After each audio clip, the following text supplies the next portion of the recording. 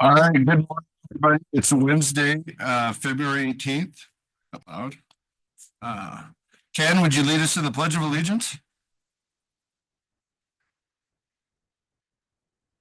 With allegiance to the flag of the United States of America and to the republic for which it stands, one nation, under God, indivisible, with liberty and justice for all.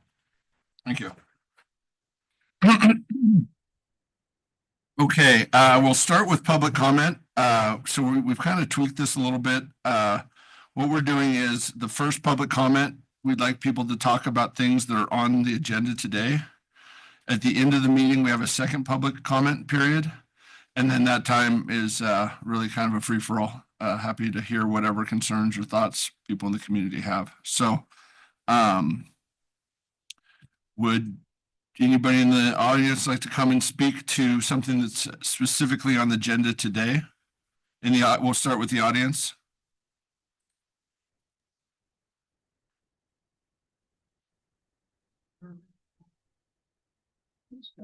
Clarification. Is there a consent agenda today?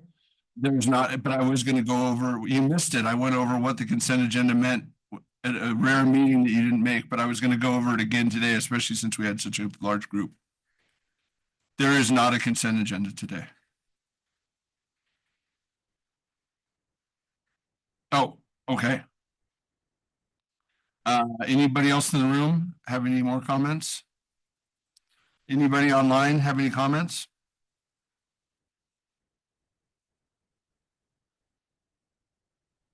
Okay, and so we do not have a consent agenda today, but a lot of times we do have a consent agenda.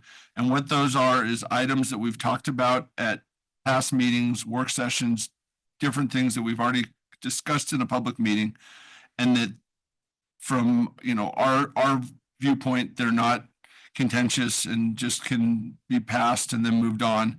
But to be clear, anytime you see that, when you get the agenda in your email, or come to a meeting and see a list of those, you're welcome to bring those up and ask us, and we're happy to move those to a discussion item.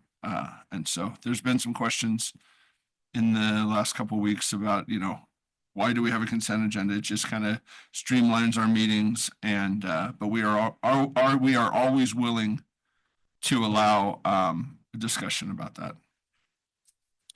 Okay. Bob, I see you're on Zoom there. Can we give him the ability to talk? We're talking about the STIF Advisory Committee member renewals and new appointment requests, sir. Are you able to hear me?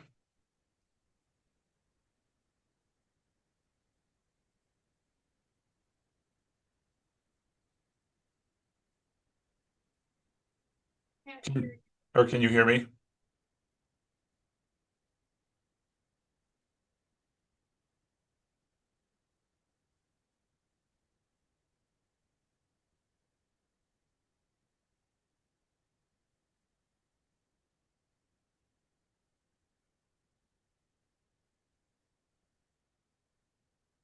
Are you able to hear me?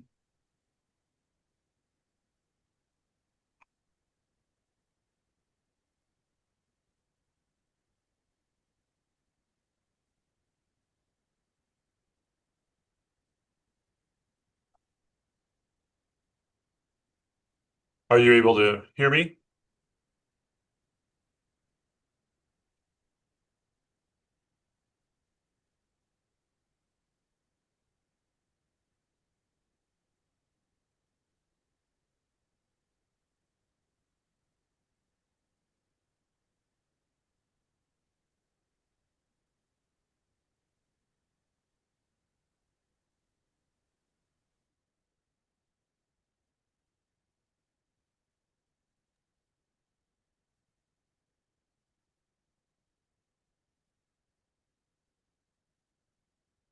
Hello, are you able to hear me? Are you able to hear me?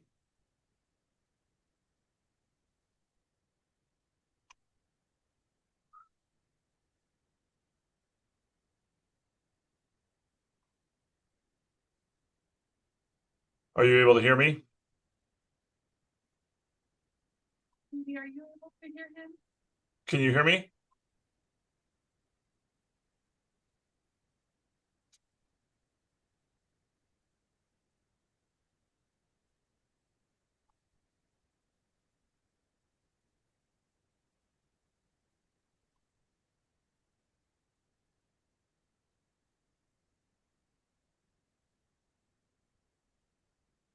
Apologize for the technical difficulties. We've been hacked a few times, and I promise you it's better to go through this than to watch what happens when you get hacked.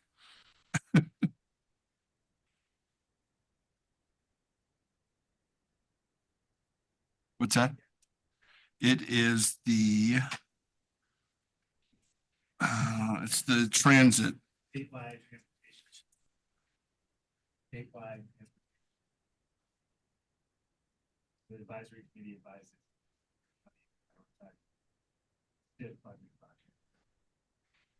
When it comes to where there's going to be bus stops or different routes or different opportunities to pick people up, dial a ride and such.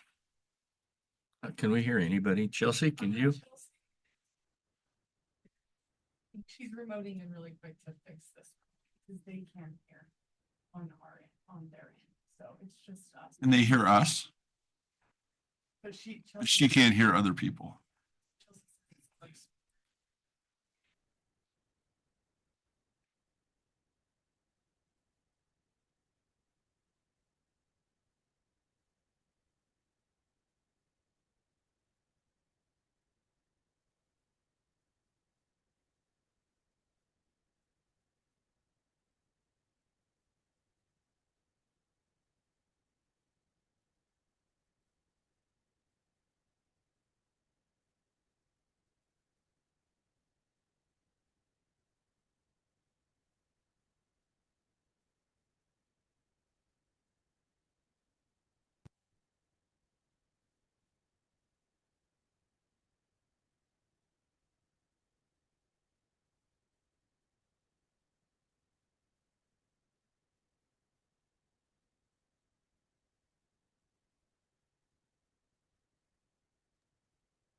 Bob, let's try this again. Can you hear me now?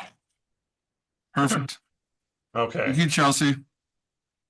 It's still saying my video won't or is disabled by the host, but nobody wants to see me, so that's fine. Yeah, that's something we've implemented since past issues. Oh, okay, perfect. Okay. Thank you, commissioners, for allowing me to attend this morning. So a real, quick agenda item. Certainly, I'm happy to chat about or answer any questions you have. We have a statewide transportation improvement funds, or STIF, is how the state payroll tax for transit dollars are distributed through each county, tribe, transit district, and so forth. And so in our case for Crook County, this request is we have some members that are expiring that we want to renew, and we also have a new member. We meet 3 to 4 times a year, depending on the year. This year is an important year because it's where funds are allocated, and the STIF committee will decide where those funds go. So our next meeting is April, and then depending on the ODOT calendar and certainly what happens in the short session here around the transportation bill, will determine what ODOT's requirements are for meetings and deciding on funds. So the ask today is to renew members Josh Smith, Kim Curley, Dennis Marston, Kia Rolson, and myself, and add a new member, John Eisler. There is no maximum number of members allowed for the STIF. It's up to each entity. This certainly gives us a broad range of individuals that can help us make transit-related decisions in Crook County. And just to add, right, this is a committee that serves within Crook County, but as they approve funds or recommend funds, everything goes through the Crook County commissioners to decide on final allocations and final direction regarding transit services in Crook County. So the ask today is just to renew those 5 and add a new member. Perfect. Brian, do you have any questions? No, I don't. Great. Thanks, Bob. Entertain a motion? Make a motion to renew Josh Smith, Chair, Kim Curley, Dennis Marston, Kia Rovit, Orlson, and Bob Townsend, and the new member, John Eisler, on the stiff. Second? Any discussion? Nope. All those in favor? Barney, aye. Crawford, aye. Okay. Casey?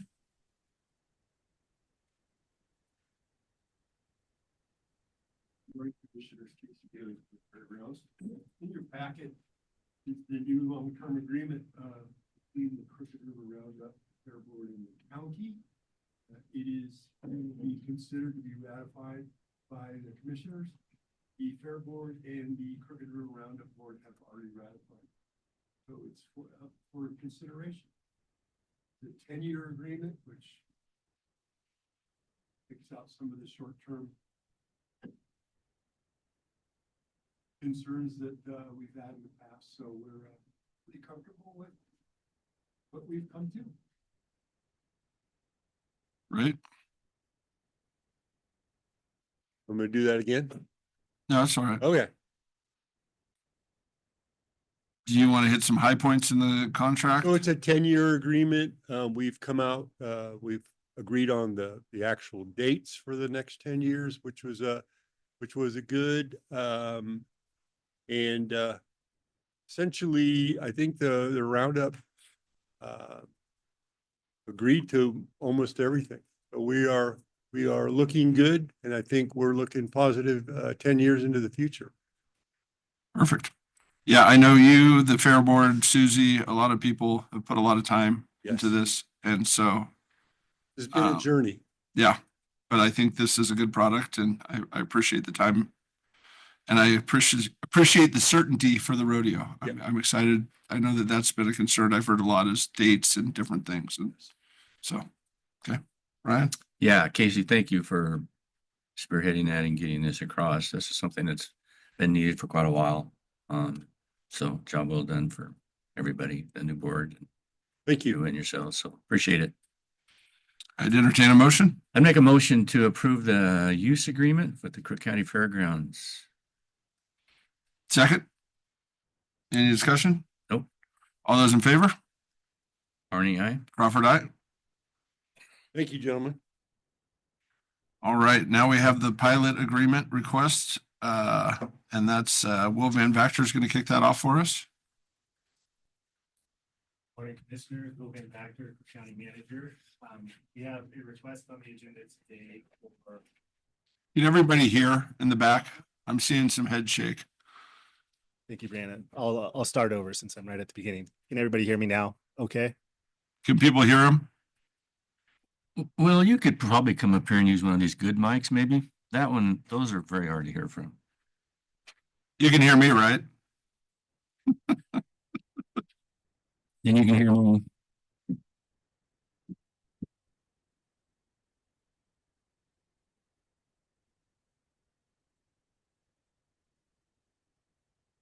Thank you, Commissioners. Again, Will Van Vactor, Crook County Manager. We have an agenda item request to discuss and potentially approve a pilot agreement. A pilot agreement is a payment in lieu of taxes agreement. The requester, New Sun Energy, is here today, and I'm going to ask them to come up and discuss their request in more detail. But before I do that, I wanted to run through the statutory framework that guides this type of pilot agreement. So the request for this pilot agreement is made under. Before you move on to that, can you explain what a pilot agreement is? Yeah. This is like approval of a solar project, or if it's, you know what I mean? Kind of Like versus the land use Yeah, component. yeah. Yeah. So a payment in lieu of taxes agreement is an agreement entered between a taxpayer and a governing body. In this case, it would be Crook County. It is an agreement that exempts them from ad valorem taxes. The agreement will spell out the terms in which the taxpayer makes alternative payments as opposed to property taxes. This is not the agreement has nothing to do with the land use approval of the solar facility. So in this case, the solar facility was previously approved, I believe in 2019. There have been some modifications. At this point, the solar facility is constructed. The request today is in regard to what New Sun refers to as the Cartwright facility located adjacent to Highway 126. If you're heading east into town, it would be right before the passing lanes on the edge of Powell Butte. Did I cover Yeah. what you were looking for? So in this case, there are several different payment in lieu programs that in Oregon statutes allow. In this case, the request is made under ORS 307.175. The statute authorizes a county and project owner to enter into an agreement for payments in lieu of property taxes for certain energy facilities that receive a property tax exemption under Oregon law. Under the statute, a county may negotiate and enter into a written agreement with the owner or operator of an eligible energy facility. The agreement that is negotiated provides for annual payments in lieu of ad valorem property taxes for all or a portion of the term of the tax exemption. In this case, under statute, the term of the agreement can be up to 20 years. The agreement will provide for annual payments in lieu of property taxes, as I noted. The payment amount, schedule, and duration are established by the agreement. Payments can range from $5,500 per megawatt to $7,000 per megawatt. That's based on nameplate capacity. In this case, the Cartwright facility, there's two components to it. One is 40 megawatts, the other is 16 megawatts, so it's a total of 56 megawatts. As I noted, the agreement must be approved by the county's governing body. Once payments are received under the payment or the pilot agreement, payments are distributed in a manner similar to property tax revenue. So they get distributed to the appropriate taxing districts, so county, school district, fire district. The purpose of the statute is to allow counties to secure predictable local revenue from projects that otherwise qualify for property tax exemption while supporting energy development and investment. In short, the statute provides a mechanism for balancing economic development and renewable energy investment with the fiscal interests of local taxing districts.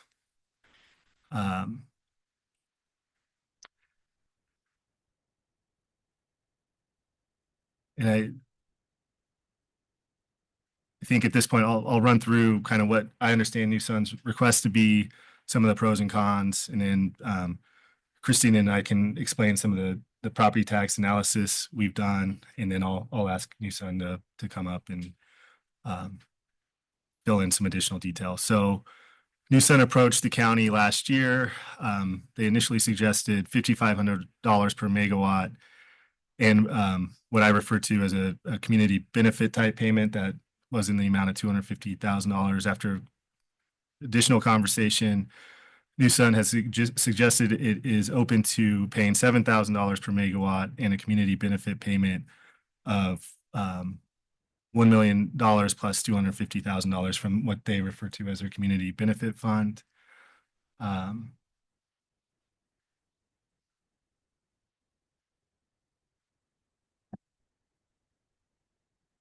So that would be the maximum allowed under the statute plus a negotiated community benefit payment.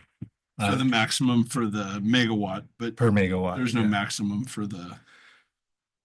No, the community benefit payment, in my opinion, is really not a part of the pilot agreement itself. It's a separate standalone kind of understanding between the county and in this case, the solar developer.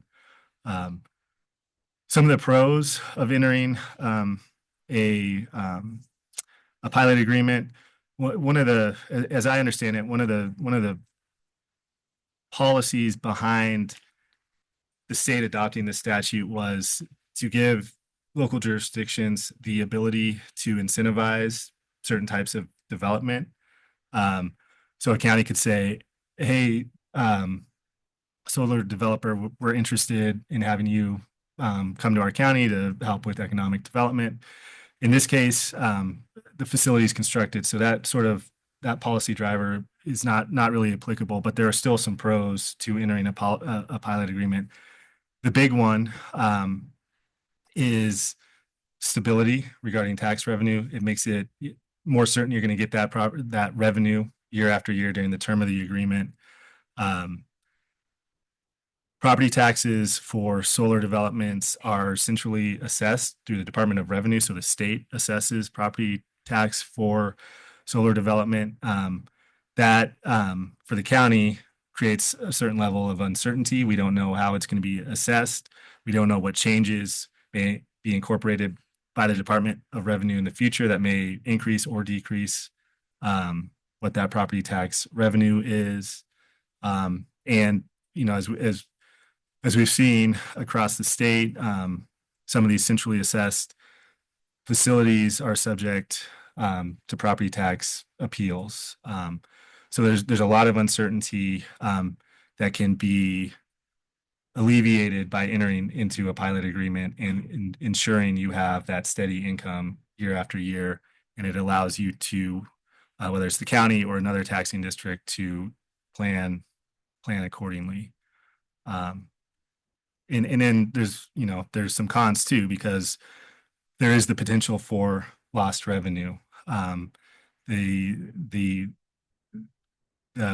property or the pilot agreement, given the incentives that it creates, is intended to not only create that stability for the county, but it also gives the solar developers some certainty, and because it's kind of an incentive to say to that solar developer, come here and develop here, there is, most likely a reduced tax liability for them when they're paying the pilot. So that potential lost revenue is one of the big cons in entering a pilot agreement. And Christina is here. She has taken a lot of information provided by Newsun to kind of help us estimate what that potential property tax revenue would be. I do want to just be very clear about this. Christina's done a great job putting all of that information together, but as I noted a minute ago, ultimately the property tax liability that may be associated with this site or any other solar site is going to be centrally assessed by the state. Ultimately, they have control over that. So while I'm 100% confident in the information we've put together, it is just based on the information we have and kind of a best guess in terms of what the Department of Revenue's ultimate decision would be in terms of property tax for that site. So one of the things we wanted to kind of dive into was, okay, we know if a solar developer pays $7,000 per megawatt, we know it's 56 megawatts. We can pretty easily calculate what that annual payment is going to be. But what would we be leaving on the table if we entered that versus just collecting property tax, knowing that $1 is worth more today? We looked at net present value, applied a discount rate, and tried to do our best to kind of come up with what that difference would be. And before I get too outside of my lane with my expertise, I'm going to ask Christina to kind of explain in a little more detail the effort she went to kind of come up with the numbers and estimate what that property tax revenue would. Will, I think you're doing a great job. Christina Herron, Finance Director for the county. So I took the framework that the Department of Revenue provided for their income approach on properties, this type of. Can people hear her? I can talk louder if I need to. Yeah, I think you need to talk a little Okay. So I took the framework that the Department of Revenue provided for the income approach that they use for solar facilities and plugged in Newsun's numbers. There is, like Will mentioned, decisions that are made on Department of Revenue's side that we're not privy to because it is centrally assessed. However, we took that and got an estimate of the property taxes for the next 20 years that the pilot request is for, and did the present value of those property taxes, because as Will said, a dollar today is worth more than a dollar in the future. We also did the net present value of the pilot payments and compared those two under the three pilot options, basically. But at the $7,000 a megawatt, with the 56 megawatts. Do you want me to go into that piece yet, Will? Sorry. Yeah. Go. Okay. Just looking at strictly the pilot payment, not including that community benefit, we'd be looking at estimated foregone revenue of around $2.4 million. If we went down the pilot route versus the estimated tax route. So I can dive into that more if you'd like to. We can get into nitty gritty if you want, or whatever questions you have, happy to answer those. Yeah, and I think I'll just jump in to clarify that difference, that number, the 2.4 million that you just mentioned, that does not include what would be the separate community benefit Correct. payment. So It that would- is just strictly the difference between. So more like 1.2 versus what's on the table. Correct. If you combine it all together. Yeah. Is that $1.2 today versus that $2.4 over time, or did you put that 2.4 into more dollars today? The 2.4 is dollars over time. So that is the anticipated tax payments over those 20 years and the present value of all of those added together. Because we would receive that $1 million and the $250,000 fairly immediately, there's no discount applied to those dollars because we would technically be receiving them in today's dollars. And what I'm saying is, on the 2.4, did you discount that as we went into the future, or is that just the total amount that it would be? That's the discounted amount. Okay. Yep.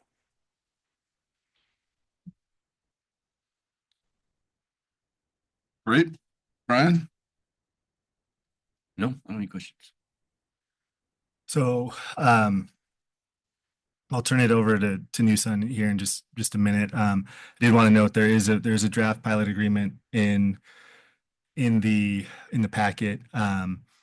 There's one outstanding issue, if the board is interested in pursuing the pilot agreement, is the treatment of the substation that is located on one of the applicable tax lots.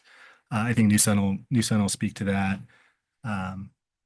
But I just wanted to highlight that in case you guys have any questions. Speak to your thoughts on that, would you, Will?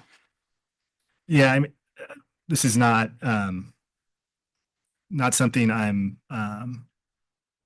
100% certain of, but when I look at the statute, it looks to me like the intended exemption is to apply to the solar related facilities. So in this case, it's not apparent on the face of the statute that the substation, which would serve other generating facilities, not just the solar facilities on these two tax lots, it's not apparent on its face that it should be included in the pilot agreement. I know Newsun has done some additional research on that, and I think they can speak to what they found on that issue. But that is a point I think we really need to be clear on going forward, is whether or not a substation like this would be included in the pilot agreement. In addition to the battery storage that's being considered built. I think we would want to get clarity on all of that for the pilot agreement. Yeah. Just to kind of wrap it up again before you ask Newsun to come up. Again, the pro is the stability, the security of that revenue for the 20-year period of the agreement. Con is that potential lost revenue. I think just to provide a little context, the county has in the past supported legislative efforts around this pilot statute. I just want to be clear kind of upfront that doesn't obligate the board in any way kind of going forward, but I do want to just provide that context that the county has expressed a desire to have some say over how this statute is shaped and implemented at the local level. Yeah, I think we're always looking for tools in the toolbox. That doesn't mean we have to use them. So at this point, unless the board has any more questions for either Christina or myself, I'll have New Sun come up and explain their request in more detail. Jake, are you talking or do you have your attorney? Oh, good.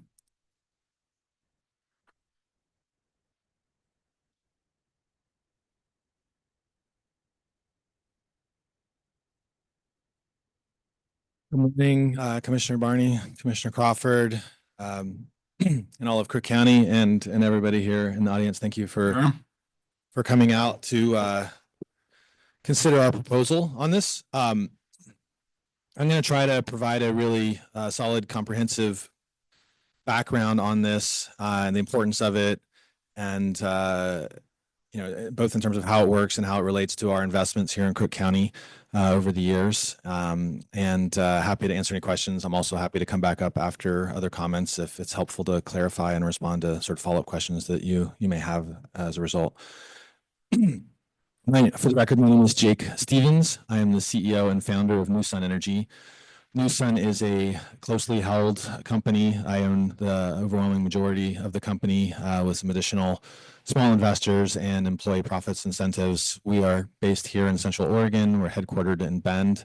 And we've grown since I started the company in 2016 from literally just me to now I think we have almost 25 employees, majority of which are in Oregon, and a majority of those are located here in Bend.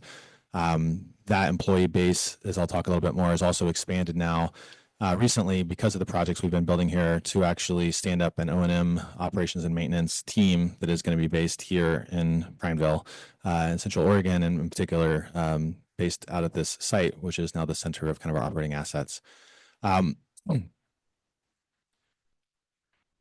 The development of power infrastructure, solar projects, any types of power generation takes a long time.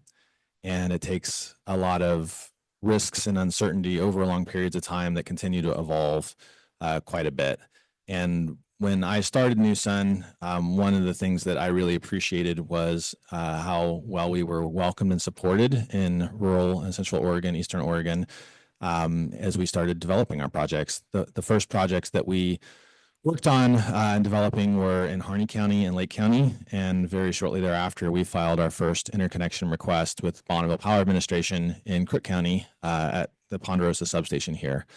For those who don't know, the Ponderosa substation is that big facility at the hill where the three major power lines go overhead, and they're really the reason that Prineville and Crook County has been chosen for data centers as well, because of the existing power infrastructure, and that has a lot to do with why I chose and believed it was good to make an investment here in Crook County to develop solar power projects. That process with Bonneville for the first projects we did in Harney County, we filed requests in February of 2016, and it took 47 months for the first project to be online, and the fourth one in Lake County was 5.5 years. That same process, filing a request a couple months later with Bonneville, we are now about 1 week away, 10 years, almost 10 years in, from finally having Bonneville backfeed us to the grid. One of the core aspects of investing in these long power projects is all of the risks that are moving around you in real time. And these include evolutions of the cost for the projects to interconnect to the grid, the cost of materials, equipment, tariffs, changes in labor prices, and a variety of other things. One of the best things in Oregon has been the stability and clarity of the land use permitting system, and also this pilot program, which the state offered, which provided a framework for like a fixed property tax. That proved pretty important to us as we chose to invest here, and has been essentially sort of an anchor of all of the decisions and investments we've made over those years as other things have evolved. The pilot program, as Will described, is essentially the alternative to going through the standard Oregon and Department of Revenue, ODOR, property tax assessment. which is kind of a giant beast of a messy model, to say the least. And it's something that is, as Will mentioned, has been contentious and even litigated by some of our competitors in terms of how it plays out. But to help folks understand, essentially, the way these projects are built is we have a stack of costs to build a project. We have development period costs, which are, land option payments and permitting costs and engineering design and all these things that we incur for years. And the longer it takes, the riskier. And if the project fails, we just lose all of that money. At some point, we actually build the project and it becomes a bank finance thing because we're looking at literally $100 million projects. The way the economics and profits of those projects work is based on essentially the profit margin against the mortgage, effectively. So if you think about owning a rental property or a house, and what you could rent it for versus the mortgage, minus your taxes, minus what it costs to maintain it, so forth, that's essentially how we make money. And to finance that and to get that mortgage across 20 years, we look at the total profitability of the project, and the bank needs to believe that that net adds up to a profit. Similarly, the state, under the Department of Revenue approach, looks at their version of those numbers, and those numbers that they use don't necessarily match up with ours. And sometimes they invent some special numbers that we would think are kind of crazy, but they include the stack of operating costs and so forth. The costs for us to make that profit margin include things like paying Bonneville Power Administration to ship the power from here to wherever we're selling it. That could be Portland, it could be Bend, it could be Seattle, as in the case of this first project. But those numbers change over time, and they constitute a lot of the real risks for us in developing and investing in the projects.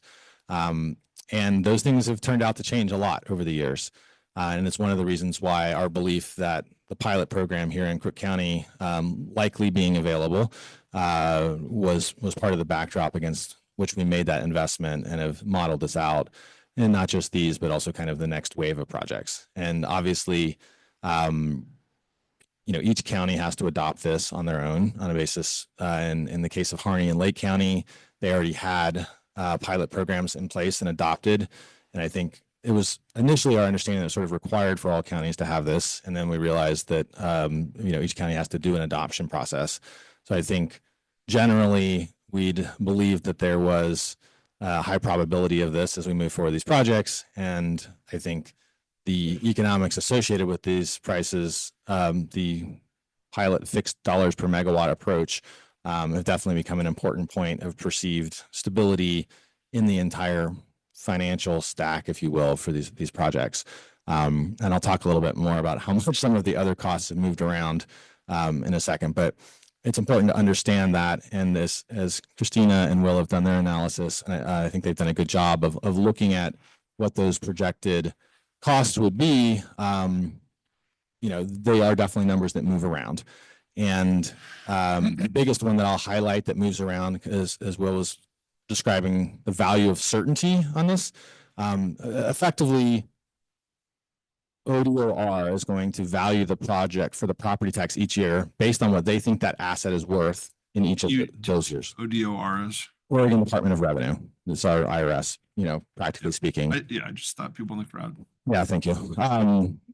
And so they look at those different expenses, and they look at, what you pay Bonneville, what we're going to pay for O&M. In our case, the O&M is people we're employing in Crook County, but the Bonneville numbers is not something we control. And for the last, 30 years, Bonneville's transmission rates have essentially gone up, 2 to 4% every other year.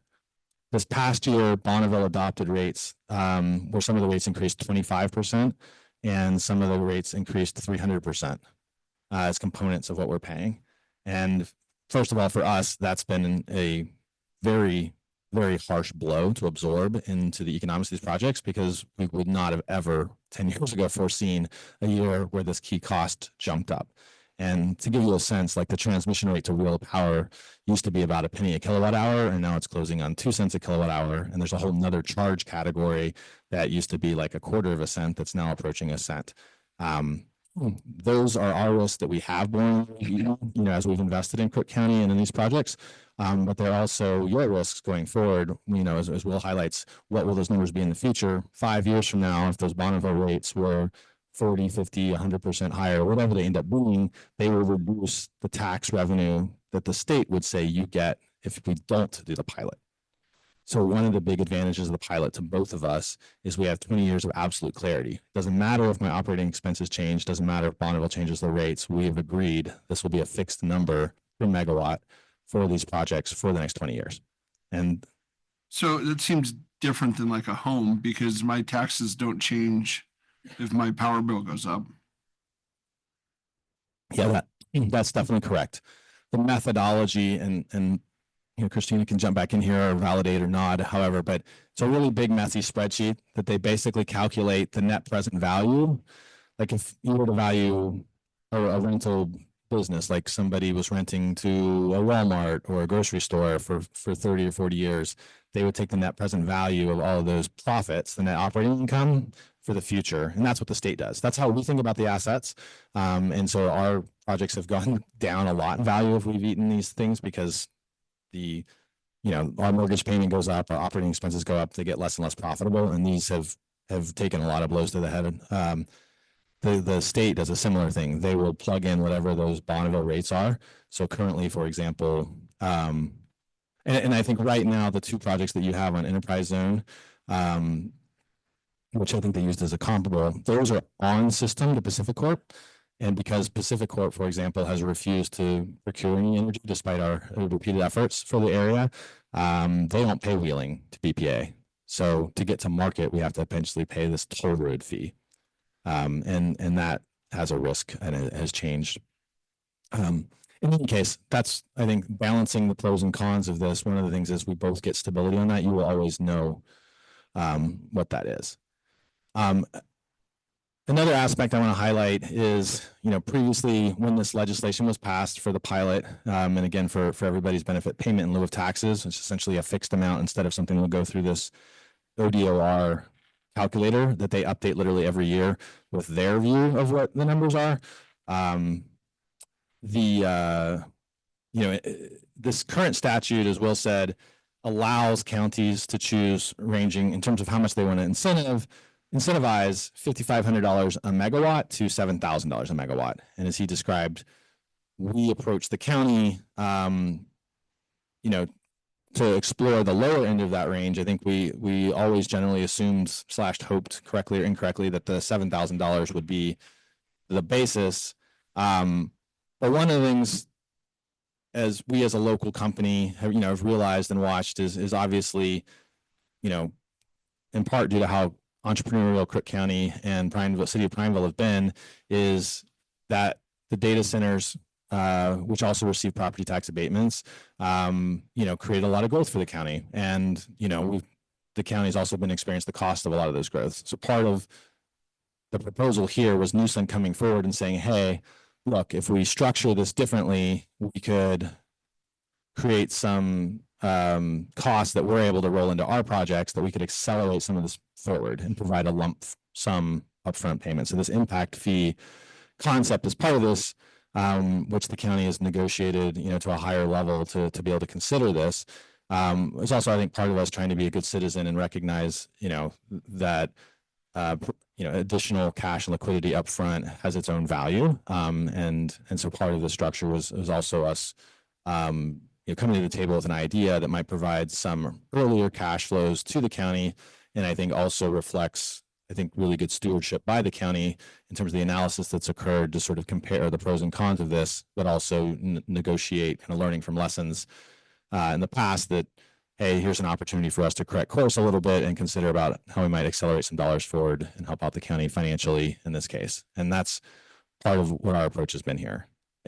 In the future, in this case, because of pressures for construction timelines, we had our first steel in the ground before we were able to explore negotiating a SIP agreement or an enterprise zone, which are not allowed once we basically put the first steel in the ground. But I think I would also like to say it's our intention on the next projects that Newsom does to sit down with the county and negotiate to explore how, if we restructure these amounts on the next ones, we might get it better and more creatively and more directly beneficial allocation and structure of a tax arrangement under a SIP agreement, a strategic investment partnership, which is also a statutory option. It's just not available in this case due to the fact that we had to start construction. In this case, the pilot is really the only thing available. But you could have done it before you started the construction. We, by the time we realized the timelines involved, and also I think I've talked with the county about, there just wasn't time to get it done. The county hasn't done a SIP before, at least for a solar project. The Avangrid and other projects to use this enterprise zone structure. And again, I think at the time, we believe the county already had this program because it's so common statewide. And so as we sort of relied on it being there, mistakenly. I just think it's disingenuous to claim that it wasn't available. And, I think it's because of us in the position we're in. I'm not saying. Yeah. It seems like you're kind of putting it on the county, saying that the reason we're here is because of the timeframes that we put forth. And I don't think that's accurate. Because No, it's not your. I think I'm trying to say the opposite. Conversations about 6 years ago. What I'm trying to say is in the future, we recognize in our approach, trying to be good citizens and good partners with the county, is that the pilot here, we've negotiated an approach that would work hopefully for both of us, that is separately pulling out some dollars that we're able to take advantage of as being part of the tax credit eligible basis of the project, which allows us to be creative and help the county. On the next one, we want to sit down and negotiate with the county and try to work out a SIP agreement where we maximize what we could do. The next project will be bigger and there'll be more dollars. And I think we have a relationship where we can sit down and explore what dollars can be directed where. The SIP provides both of us the maximum flexibility to come up with the most beneficial and kind of frees up from some of the other allocation mechanisms that are required statutorily if you go straight through either the pilot or the ODAR in terms of how property taxes get allocated. But we're here today talking about this one, not the next one. So yes, sir. Let's keep it there. So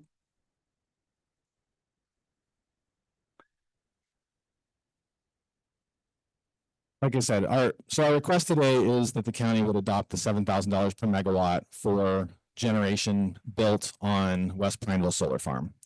West Pineville Solar Farm was permitted under the county solar permitting statute as a photovoltaic solar power generation facility. That includes essentially everything related to the solar generator as well as its connection to the grid. And I have that statute printed out. I think that addresses the sort of substation part of the question as to what would be included in that. But ultimately, so I just wanted to address that issue. And any other future generation that took advantage of that substation would obviously pay their own property taxes. But effectively right now we have a substation that is, owned by these projects in order to connect to the grid.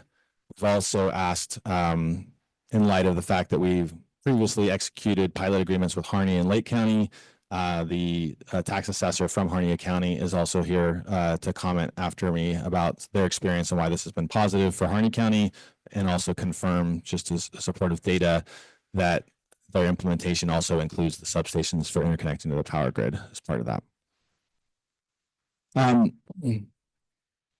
A couple other things that I'd like to highlight is, obviously we've invested quite a bit on the way here to getting here, as well as made a point as NewSun as a local company to work as hard as we can to make sure we employ local contractors and local labor. I think for the projects on this site, I think we've paid roughly $40 to $50 million of wages. We've also employed a number of local contractors, including Centerline, Highmark Resources, Rawhide, and our contractor for the substation, Michaels, which is sort of a West Coast company, but their head of operations is here, and they've built out local workforce as well. The labor pool has been pulled from some of the local union shops for the electricians and other parts of the labor group. But that's been something that's been really important to us as a local company. And just so you have a sense, that's something I've literally gotten into fights with our contractors out of state about, to make sure they're using local contractors, just like I did on our Harney County projects, and to try to direct millions of dollars of contracts to local work. Another thing I want to highlight that I think is really important for the county in considering this is the importance of our investment in power infrastructure. As the county is extremely aware, the power situation in the local Central Oregon and Pineville area has become constrained slash hard capped at this point in terms of the additional power that can loads new, for data centers or even for large businesses that can be accommodated. That's true both for data centers going forward. It's also true for smaller businesses. And we know people that are developing commercial buildings that have asked specific power for a megawatt or a couple of megawatts, very, larger than your house, larger than this building, but not that much. And essentially been told there's nothing until there's a new power line. Sun has engaged, and I think as you're aware, I've been told it'll be a long time, there's a power line. But what we've realized is that our investments in solar generation actually provide local uplift in terms of the ability to serve local load. And locally, your two utilities here are Central Electric Cooperative and Pacific Power. The next data center load that has been studied essentially was looking at a limit similarly, and the city of Pineville has expanded the urban growth boundary for that next load, as part of its plan. Our generation, including the next generation and part of this, has been proven to be critical for the ability to serve that next load. Bonneville studies, when they added new sun solar generation for being plugged into the same site, it was able to essentially unlock additional service there. So I guess in relation to that, we've effectively invested tens of millions of dollars in over 10 years now in just the power infrastructure expansion to make available new power to support the local economy as well. In the process of doing that, some of the other risks that we've realized on these projects have included the changes in Bonneville costs. My first study with BPA that I received in 2017 to plug into the Ponderosa substation told me it would be $8 million. It's ended up being $25 million. We, as much of the country has, have experienced a lot of tariffs in the last few years. Steel has 50% tariffs. That's affected both the solar projects and the substation costs. There's been additional millions of dollars of direct costs. Transformers we're importing from Canada also had tariffs added to them and so forth. These are just a number of examples of those types of things. So I understand the concept that it's much more expensive than you originally thought it was going to be. Can we tighten it up and start moving towards the specific agreement and kind of get to the meat of the conversation? Yeah, so the proposal is for the 7,000 per megawatt for whatever will be built on West Pineville Solar Farm, starting with these first two Cartwright 1 and Cartwright 2 projects. We have also proposed impact fee of $1 million that we'd pay as a lump sum, as well as a community investments commitment. NewSun, as you're aware from our presentation recently, but we've invested over $1 million, $1.5 million so far in relative to the things that we've built in Eastern Central Oregon. Generally, that's been metered out over time. What we're doing in this case is essentially borrowing a lump of some money forward. And if we do it this way with both of these things, we're able to sort of add it to the total project cost as a differentiated from operating expenses. And so it's a creative solution that allows us to pull these lump sums forward. On the impact fee, I think we'll probably want to talk about how that is allocated and managed by the county. The community investment fund that NewSun has, all of our projects, we have voluntarily carved out recurring annual dollars that we've committed to invest in community projects where we're working. Those have included scholarships, 4-H, and FFA, at the county fair, sponsorship of local organizations, trail building, and a variety of other things like that. In this case, we would bring some of those dollars forward. And our proposal and recommendation would be that if you approve this today, that within 180 days or some other timeline you guys agree, we would come back with a specific proposal for what these dollars would be used for. We have a couple of suggestions and consistent with what we've done before, but we would bring a package ranging from studies to facilitate juniper removal to rural healthcare access to expansions of scholarship programs and so forth. So I think that would be our proposal. The only problem with that second part is that would not alleviate the taxpayers. Then it wouldn't be going towards the cost of doing business at the county. So I'm definitely not in favor of having that be a separate fee. I think what we should negotiate is an amount that works for everybody here. And then that goes to the county for taxpayer services. We're certainly willing to work that out with you.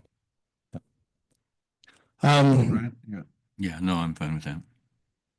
Yeah, I think that's the bulk of the, the presentation and the approach. I do think, I guess the other thing I'll just say is, like I said, one more thing I want to say about this site and this proposal is Sun is intending to use this West Prineville solar farm to help also start piloting our continued agricultural uses of the site to have co-located grazing on the site.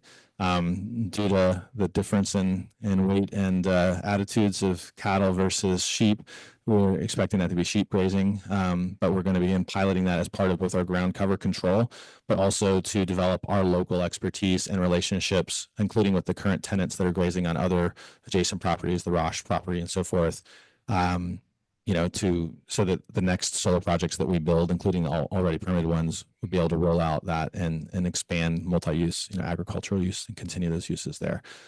So there's a number of aspects about the county's support of this project in particular that I think are also just important in terms of our investment. We've gone ahead and stood up an entire 4-person O&M team. We really only need 1 or 2. So we've invested for the growth in the area in order to build out and operate these other facilities. There's a number of things we've made advanced investments on, none of which we'll be able to capitalize on, if those economics don't work. And finally, I mentioned the P&G, the study of New Sun Solar with the Central Electric Co-op and data center load. That was relates to our power contract we have with PNGC Power, and part of that contract and economics have, again, just because it was sort of standard throughout the state, presume the $7,000 a megawatt type pilot in those economics.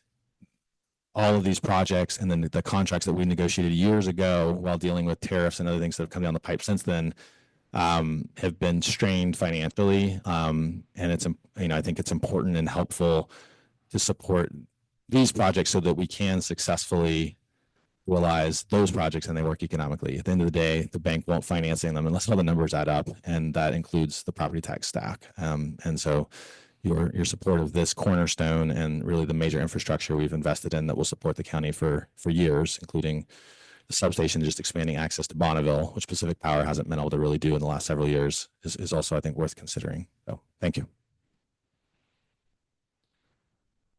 Did you say you had somebody else you wanted to speak?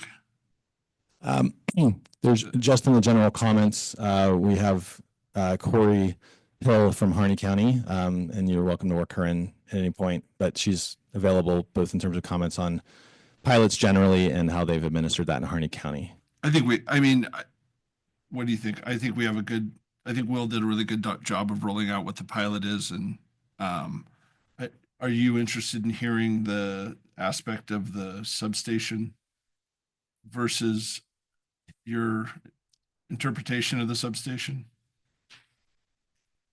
I mean, I think one thing I would be interested in maybe just getting a little more detail from either you or maybe Max on is your, I know you mentioned it in your presentation, but if you could provide just a little more detail in terms of your interpretation of the statute as it applies to the substation, I think that might be helpful. Yeah.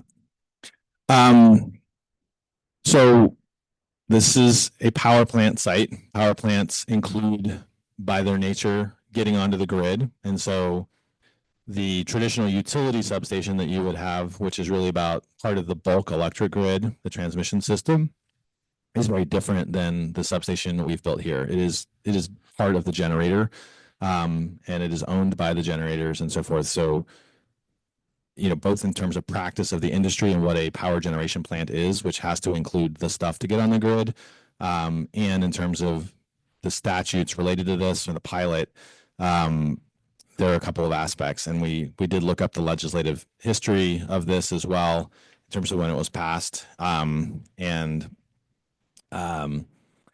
there are a number of aspects to that. First, what is permitted, the conditional use permit from the county is for a photovoltaic solar power generation facility, which includes and assemble equipment that converts, this is the statute OAR 660-33-130-38F. The equipment that converts sunlight into electricity and then stores and transfers or both that electricity. This includes photovoltaic modules, mounting and solar and tracking equipment, foundations, inverters, wiring, storage, and other components. Photovoltaic solar power generation facilities also include electric cable collection systems connecting the photovoltaic solar generation facility to a transmission line, all necessary grid integration equipment. And it goes on to talk about roads and buildings and things like that. So it is inherently part of the facility in terms of the generator that was permitted, and the text of the pilot statute also provides for it. Applies broadly, quote, all property constituting a solar project, which is clearly what was permitted here as part of that. The pilot statute also references the red zone program, and the qualified property under that statute includes, quote, the property constitutes all or part of a facility used to generate renewable energy or is used to support or maintain a renewable energy facility. And goes on to discuss basically all the structures. I have a printout of this if you'd like to see that. Yeah, if I could get a copy. Yeah. And effectively, like I said, it's, power plants have to get on the grid, otherwise they're just lumps of stuff. So that's part of it. It's also part of the cost structure of the project. Like the generators literally co-own the substation together, and they are the only things, any extra capacity the substation might hypothetically have is just worthless, or sort of it's dead weight that we're carrying around until there's a new generator built. And any future generator would pay its own taxes in terms of its value. But right now it's basically just a cost shared, and it's literally the bank financing of the project. The capital stack literally includes substation, grid interconnection costs, all of those things, which are, the other thing is to delineate conceptually is the power plant ends at a defined point of ownership with the grid. So Bonneville's system begins literally at a pole, and that's when the transmission system begins, where the transmission owner property is. So Bonneville's substation is their stuff.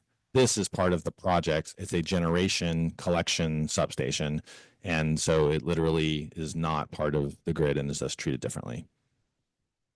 Does that help? I think my biggest question was on the storage aspect of it.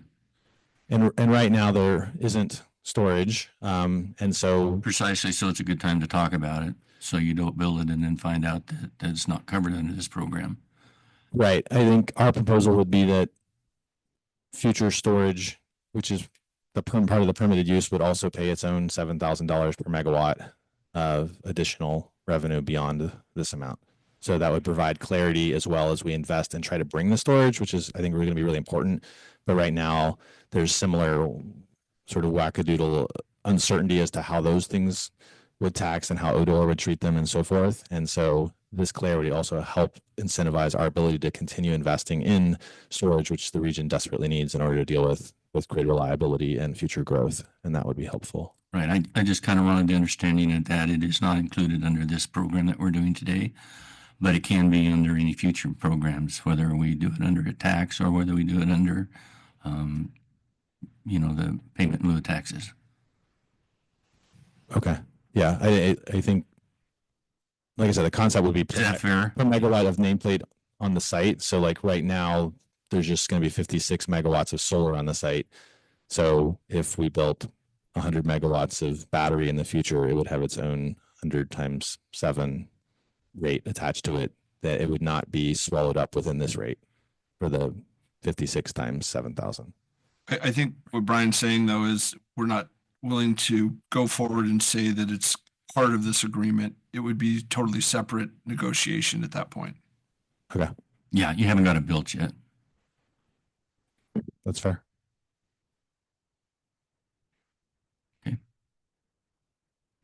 Great. Anything else?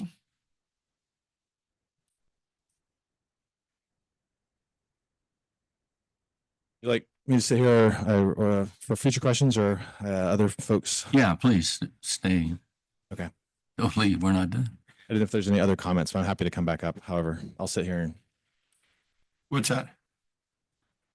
I think we have the fire Yeah. Chief's gonna come talk, so if you just sit right next there, if we need you. They could come over here, Seth, or. That's true. Do you want to just talk over here? Yeah, that'd be great. I hear sirens. Do you have to leave? Yeah. Saved by the Bell. Oh, yeah.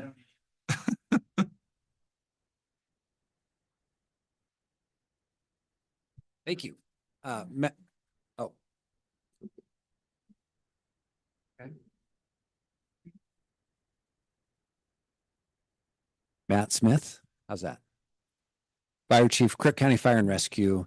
And for clarity for the group, we carry Crook County's name, but we're a special taxing district with a different rate. And that is a fire truck going by. Yeah.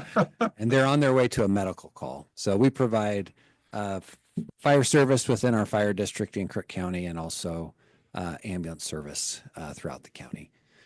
So the comment today on this particular proposal has nothing to do with pro and con on whether or not it should be built or should have been built. It's not land use. It really is for us stability in revenue projection. We're tasked with providing service. There currently now is built a $100 million project within the fire district that we're tasked with providing service for.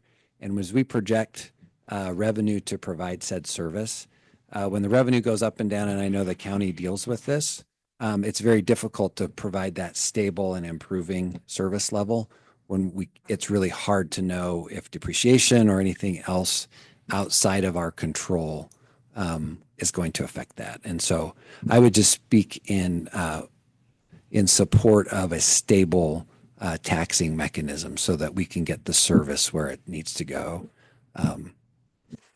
Pretty simple, and happy to answer any questions, but it's pretty simple testimony. No, I don't have any, Matt. Thank you. Yeah, I'm good. Thank you. Okay. Is there anybody from the public that wants to weigh in? And I know in the past, we've kind of just had loose conversations, but we've got a lot of people today. We've got a lot of information. So I think we're going to tighten it up and do 3 minutes per person. So yeah, please just come up. And when you come up, you can stay there if you want. We can just have them. You need to come here. And then you need to give us your name and your address, just so we can put that in our records. Morning, everybody. Ed Jones from Powell Butte, live on Cornet Loop. I'm a contractor for New Sun Energy. We took in a little over 2 million in revenue last year and projected the same this year for them. Employed about 8 people. They've been great to work with.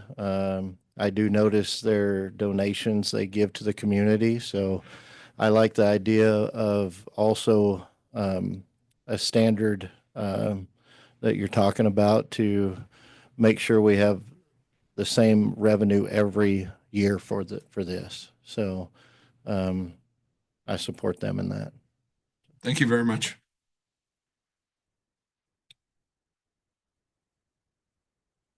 You can go next, Julie.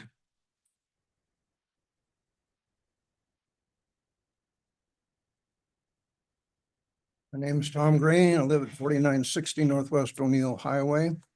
And I just want to say that the solar farms are glaringly ugly, and I see them as trashing of the landscape of Crook County. We are not a wasteland, and this is something that there's no loss because there wasn't anything growing there. So my message today, I would like to encourage the court to poll their constituents, the residents of Crook County, and see what they think about this, because I can see this is going to go way into the future, and what I consider trashing is just getting started. So I would encourage you to find out what the people of Crook County think about this. And you mean solar? I mean, this agreement is already on a project that's already happened. You're talking more sitting down 20 years down the road, and I can see right now that everybody and their dog that has a private piece of land out here is going to want to have solar panels on it. Sure. And that might be their right, and there might not be anything you can do about that. But if there is, I think you should know what the people of Crook County think about it. But I'm just separating the two. I agree that we need to have a holistic conversation about solar in Crook County. I mean, we need that extremely badly. But this agreement is something that's already moved forward, and so we need to discuss that today. Okay, And that's all I'm just trying to clarify. But you're saying on the solar, the rules and idea of solar in Crook County, we need to have an in-depth conversation. yes, and I don't know what your constraints are, as far as any ability to prevent these things from happening in the future, or whether you're pretty well stuck with it.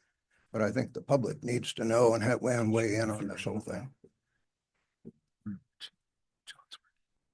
So I was going to wait till my commissioner's report, but I'm happy to bring it up now. I've been working with John Eisler, the head of community development, about doing some type of a moratorium on solar. It's a 6-month period. It's not something that we can stop altogether. But I think when we approved these when we approved the rules 10 years ago, our community looked a lot different, and the community had a much different view of what these solar projects would look like. And so I think we need to take a holistic look and look at all the different aspects in ways that we approve them and the ways that we move forward with these projects.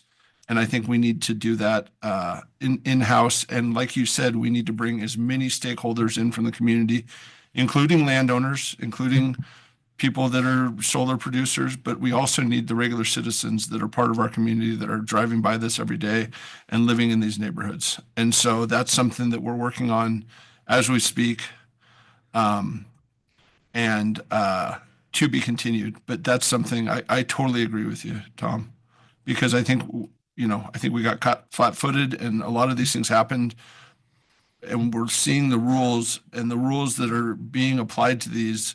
I think there's potentially some issues about how the community input is being taken and the community belief, economic development and wildlife, all these different things need to be looked at with a sharper tooth comb.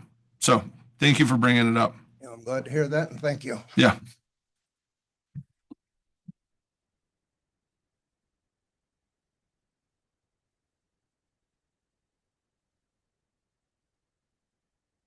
Julie Thompson, Green Valley Road in Prineville, and I have a couple questions, I guess. I'm gonna cut it short. So, Yeah. The first question is, you talk about this pilot program for them, and I'm curious, is the pilot program available for regular citizens to apply for that? Can they make a payment in lieu of property tax? If they build a solar farm. But I'm just asking. Yeah, well, it's a state program. It's not a county program. State program, okay. Yeah. So is it fair for them to get what I'm assuming is going to be a discount? Because what is the difference of what the property tax would be over those 20 years versus this payment in lieu of taxes? Do we have that calculated? That's what we talked about earlier, where it's about 2.4 million Is difference. Okay. And what we're talking about, what's currently on the table, it sounds like is a 1.25 million. Difference. 1.2 million difference and what we're discussing now is what that number will be. And then what the value of that number upfront is to the citizens of Crook County versus waiting for an entire 20 years to get it. And so that's the discussion we're having today. So they're going to make that in one lump sum payment? Yes. Not over 20 years, an annual payment? Yes. 20 years. Yes. Okay. And so property values have not gone down. Property taxes have not gone down. They just keep going up. So is that in the calculation that like a percentage of increase in this payment for an annual? I mean, I know there was some numbers variations and not sure, but. So the difference in regular property versus the solar farm is the way that state assesses the property. The solar farms are assessed on an income basis. So they're looking at the profit that's being generated versus, say, a bit of farm properties based on the value of the land in those buildings. So it's based more on operating costs, profit that gets reanalyzed every year by the state. And then that's used to create that taxable assessed value that then the taxes are assessed on. Okay. So when he explained the cost of power and the cost of transmission and all those things, those go into the state's equation to figure out what that tax bill is. And that's why I see there is value to the $7,000 a megawatt to, again, we're not here deciding if it's here to stay or here to go. We're here to decide what benefits the people, the taxpayers of Crook County see from that project, right? And so I think we have a hard job up here a lot of the time because we are in a situation where we need to make hard decisions. But I think consistently we look out for the citizens of Crook County and try and be as efficient and bring in as many tax dollars as we can. And so that's what we're discussing today is this project's here. This is the outlook of this project. It could be in 5 years, central assessment, which is totally separate from Crook County, could say, well, now this is only worth $2,000 a megawatt. And it wouldn't say that, but it would, that's how it would work out over the project. And then we would have actually lost money. And so that's what we're weighing today. And I think that's, I'm so glad that so many people are here. So Very confusing. yes, To figure it out and to understand it. So, Yeah. and then in 20 years from now, when they've paid their taxes for 20 years on this deal, and will the solar panels still be working? Will they not be? And then what happens to the value of the property and the taxes for that property? so I can't speak to that. Be a good question for Jake. We'll give him a second to answer that. But once it is decommissioned, there is a requirement in Crook County. That's one of the things I don't think we should change when we look at our law is that we have a decommissioning bond on the solar projects. And so any project that is decommissioned needs to be removed and the ground needs to be brought back to what it was before, which is paid for by the solar company.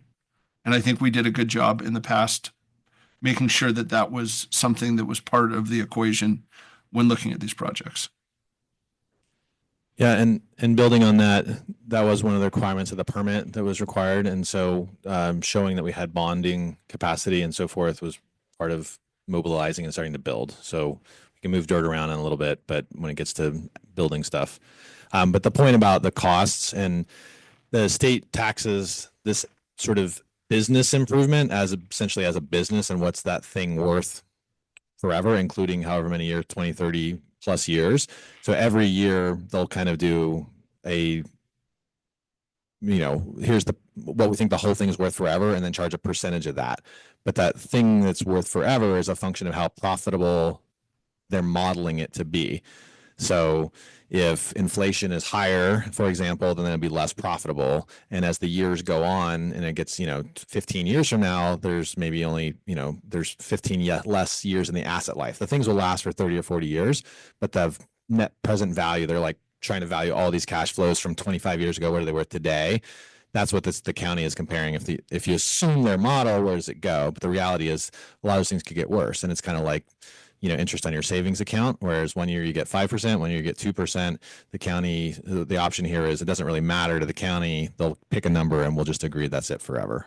And then we're going to hybridize that. We'll pay an annual amount every year. That's the 7,000, and we're going to pull forward $1 million or so up front to give the county a lump sum to help out today as well.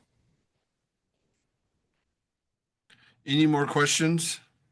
Oh, I knew you'd be coming.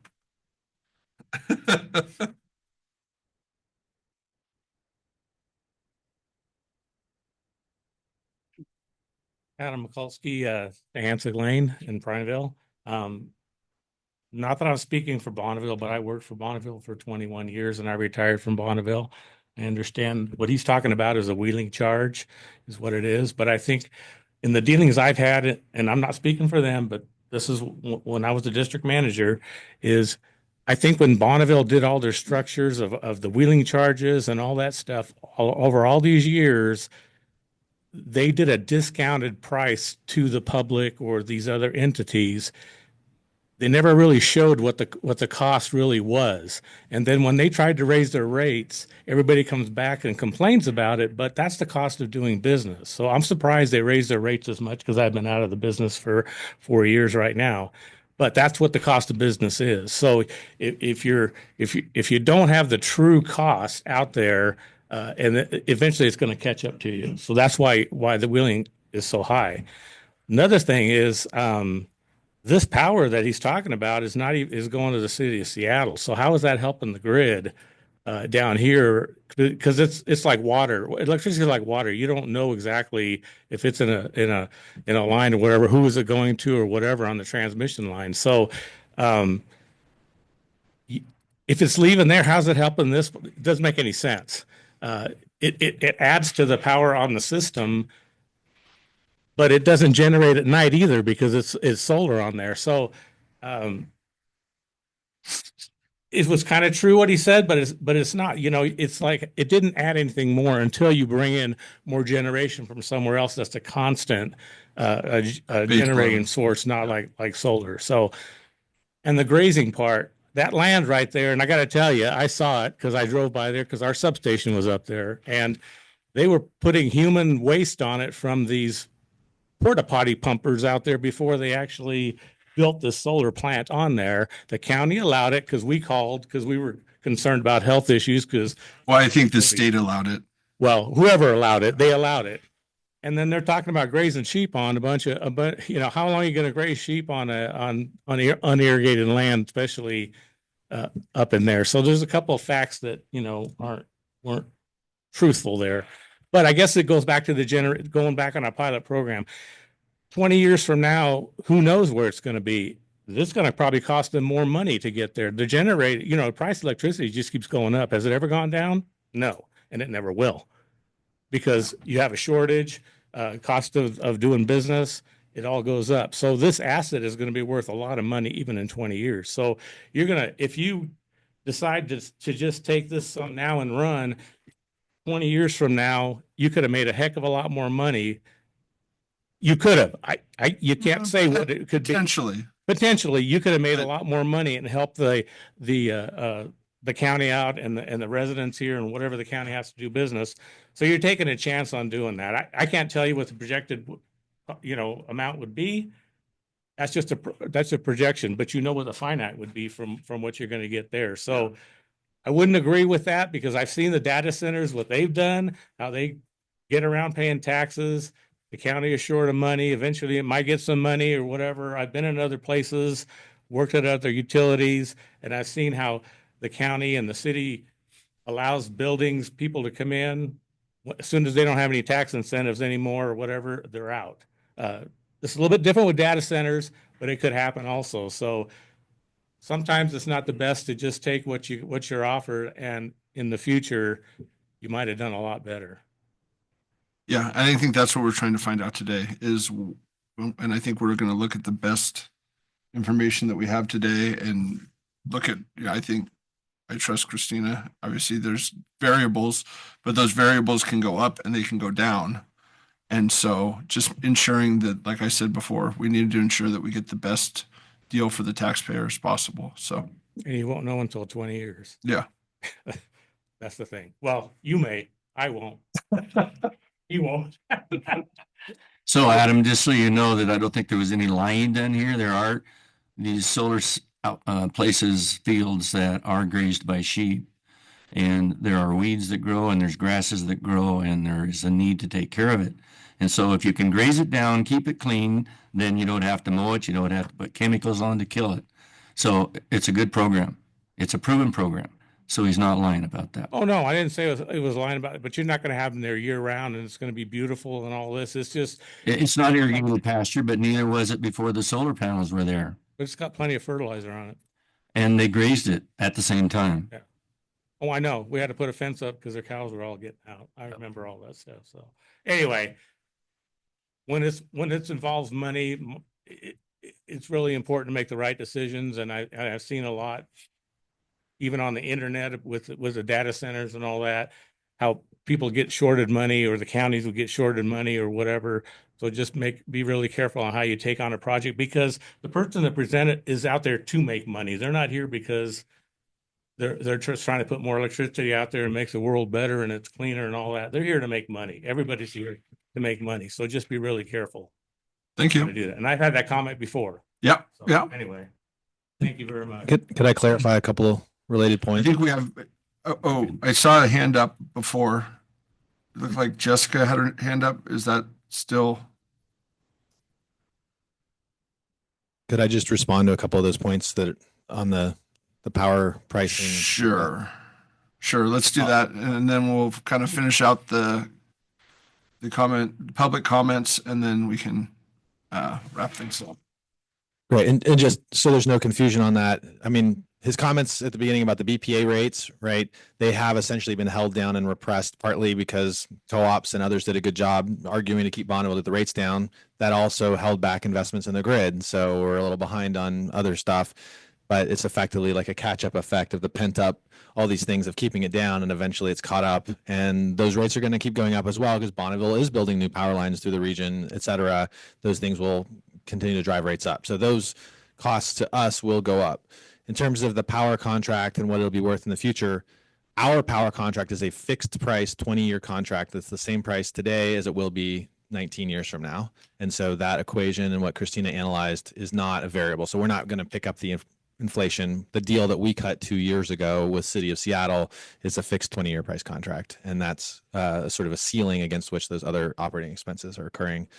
The grazing, I think I appreciate your response, and it's not required. That's just us trying to do the best we can and the most consistent with the local, practices, and just get the most use out of the land as we can. And in terms of local power benefits, there is uplift locally from this. Right now, the whole Central Oregon region is essentially served by import from a power line from the Dalles. Most of the power kind of comes in, and the limits on what can occur here is essentially defined by the worst day of the year, August afternoons when the ACs are on and the temperatures and the power lines are the hottest and worst. And so solar generating those times does actually provide local uplift, even if we're technically on paper shipping the power somewhere else. Thanks. Anybody online? Anybody else in the room? Anybody online? Just raise your hand or say something in the. Okay. I would like to make a comment. Can you hear me? Yes. Okay, this is Corey Hill from Harney County. I'm the assessor. And I just wanted to let you know that, in our experience here, it has been lucrative for us to have the solar farms. And it has taken, a tax base that we got $700 on a year. Now we get $280,000. And for our county, that's huge. And it gives us that stability for the next 20 years to know that we are going to have that revenue coming in. As far as our community, I will tell you that we now have a new facility here, the special care unit off of the hospital that Jake Stevens, we were short funding, and Jake Stevens had come up with the funding for that. So we were able to open that so people here, instead of driving 5 hours for services, they can have services here for oncology, dermatologists. We have surgery center and different things in our community. It has been a benefit for us, and I just wanted to let you know that as far as the values on the solar sites, from what I have seen in my office, when the central assessment goes in and values these solar sites, every year they have depreciated considerably. And I don't have those numbers in front of me because I wasn't prepared for that, but they have depreciated. So locking into that 20-year for us, I feel, was the safest and best course of action for our county. And that's. Thank you, Corey. Right. Thanks, Corey. Anyone else online?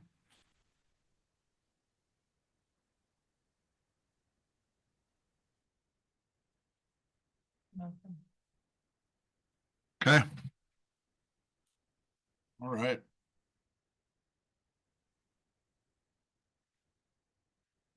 So what do we want to do? You're the chair. That's why I get to ask you the question. I see. Okay, so you want me to start this? Yeah. Okay, so I've given a lot of thought. I started about 2:00 this morning thinking about it. And I want to have a stable source. I agree with the fire department. I agree that I think that's in the best interest for our community. So we're going to leave a little bit of money on the table.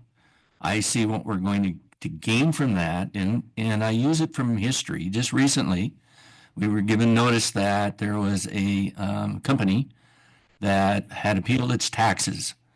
And for a number of years, they had been paying their taxes, and we had been spending the money that they gave us for paying the taxes. Is that It- Pacific Power, right? It is, it's Pacific Power.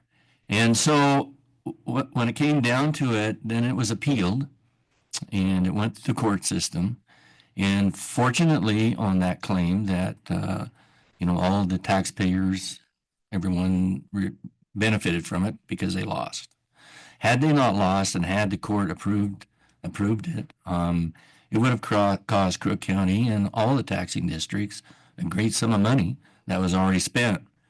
And so you never know, you never know what the state's going to do or the feds are going to do. And so you've got to kind of take care of yourself a little bit and look at your own future and where you're going to be in case something happens. And I, from my viewpoint, that I think a stable sum of money that we know we're going to get year in and year out. And by the way, it's a whole lot more money than what those juniper trees and the use of that EFU property was. It may not look as pretty, and I don't disagree with the people that don't like it, but I see it as an economic value to the county. It's not in farm deferral. We're getting money for it. We're going to be getting almost $400,000 a year. Plus, we're going to be getting $1.2 million up front. And that is a whole lot more money than we were making on that property to begin with. And people have a right to do what they want to with the property, and they did. And for a long time, it wasn't productive agricultural ground. That led them to putting sewage water on it to help supplement it. But it worked well. It grew grass, and Christian Radeball back there ran cattle on it. So I'm for moving forward with it. I'm moving forward with doing a pill. Are you interested at all in increasing the upfront amount?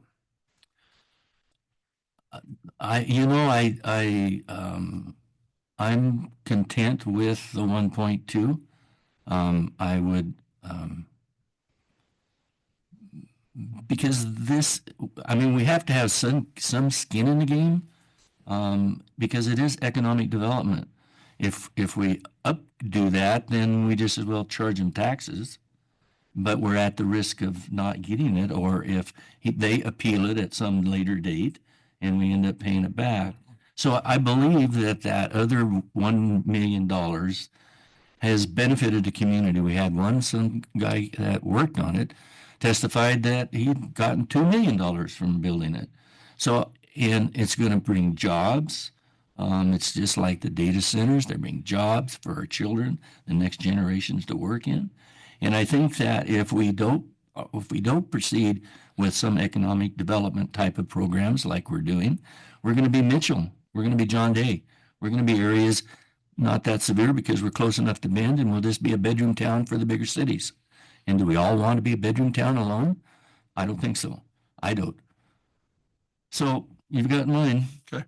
I see where you're coming from, the constant dollars, and I think as long as it was 1.25 to the county, not controlled by New Sun, I could see that. I have different reasons. I think, this project's already been built. It's there. I think we need to get the best dollars for the taxpayers. I think, we need to really seriously look at future solar and how that's built. And I think jobs are great, but I think also we need to protect the citizens and their way of life and make sure that we don't change the complete face of Crook County. There's a lot of already approved solars. And so I think we, like I talked about earlier, we need to take a serious look at how we're going through this process and how we're approving these and get more input from the citizens. But I don't disagree with you and the fire department that it's better to, and I guess Harney County as well, to get the funds on a regular basis and not just hope and wish that the state and federal government don't screw it up, because that's on a consistent basis. Also, to your point, that's what they love to do, is change things and totally ruin our ability to manage the county. So yeah, I'm fine moving forward. I have a little bit different view of it, but at least in this project, I think we're here. I think it's best to get the best bang for the buck for the citizens. But as we move forward, we need to take a strong look at continuing what we're doing and the way we're doing it. So I would entertain a motion. Yeah, and to follow up on yours, I'm not advocating to go out and have huge solar farms built, but I don't also want to see us limit it to where people can't build solars. You know, I mean, there's a lot of farmers and agricultural people around here that have ground that they could help use that's not profitable to irrigate or easy to irrigate, that could go in solar, that could help benefit them and the cost reduction of power and things. So I just want to be careful when we move forward with how we decide we want to control solar, that we are mindful of everyone. Yeah, I think everyone needs to be at the table. I mean, I think that's a big part of it, but I think there's been a big portion of people that have not been able to be at the table, and those people deserved their ability to speak up. And I also believe in property rights. So I think that's another important issue. People that own the property have some right to use it as how the law dictates they can. And so if we don't like it, we change the law. Yeah. So commissioners, before you move to motions, there's a couple issues hanging out there. One around the substation. Commissioner Barney, you brought up the battery storage. There is a draft pilot agreement in the packet. There's some, depending on where things land with the substation, there may be some tweaks that need to be made. And so to that draft agreement. So I'm wondering if I can ask Eric to kind of provide some guidance in terms of the motion and what steps we need to take to make sure we get this handled in a timely manner.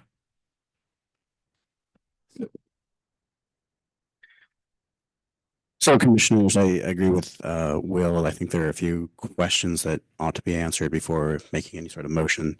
The first question, I think, is whether you have heard enough information here today to be persuaded that the substation should be included in the pilot agreement.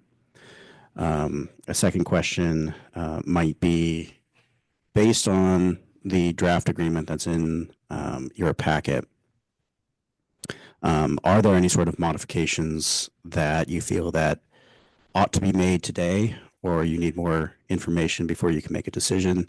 As I understand it, this type of agreement would need to be approved by March 1st. So that's unfortunately not a great deal of time.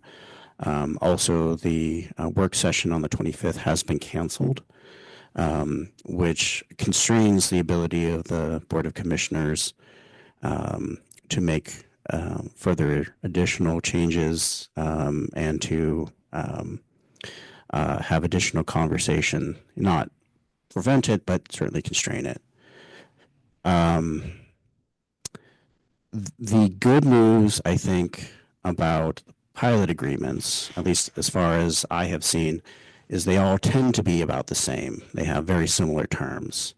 And they also have the added benefit of being relatively brief, 4 pages, 5 pages, 6 pages. Quite a change to, say, enterprise zone agreements.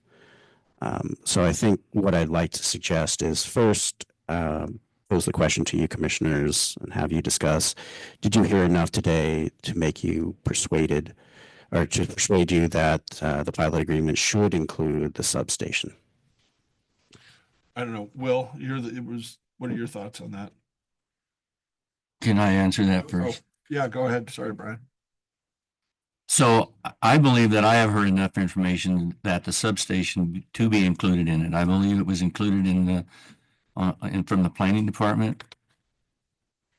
And I believe from listening, and you can correct me, Mr. Lawyer, Eric, I think it's considered under the pilot agreement and state statutes as being included. Yeah, so what Mr. Stevens has just passed around is a copy of OAR 660-033-130 sub 38 sub F. F is in Foxtrot. I won't.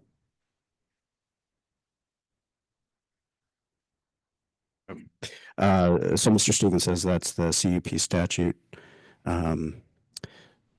I have not had an opportunity to review this myself, and I don't know if it would be helpful just to read it out loud. It's, as you see, about 3/4 of one page.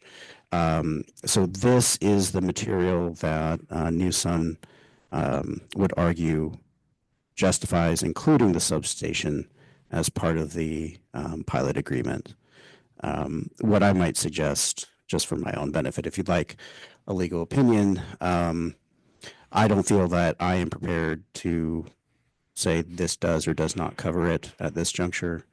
And so what I can do is perhaps take some time to research this and follow up with you commissioners, follow up with you, Will, get you a legal opinion, whether I think this is as was presented today, or if I have a polite disagreement with that.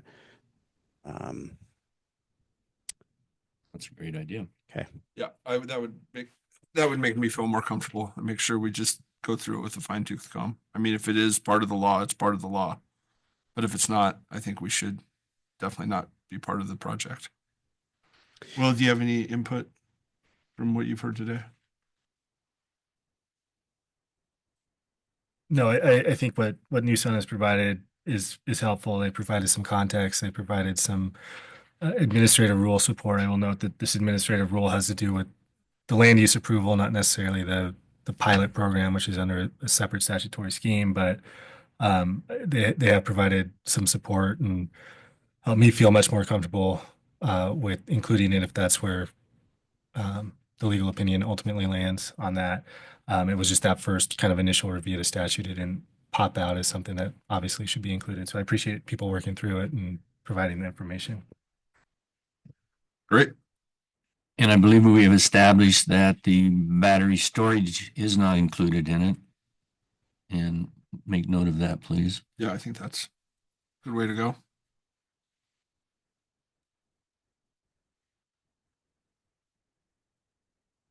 Well, I have one more thing I referenced earlier. But, this is the pilot statute itself, which says all property constituting a solar project. Clearly, I guess the tie is that's what was permitted in the solar project. So that's what connects to with the pilot statute.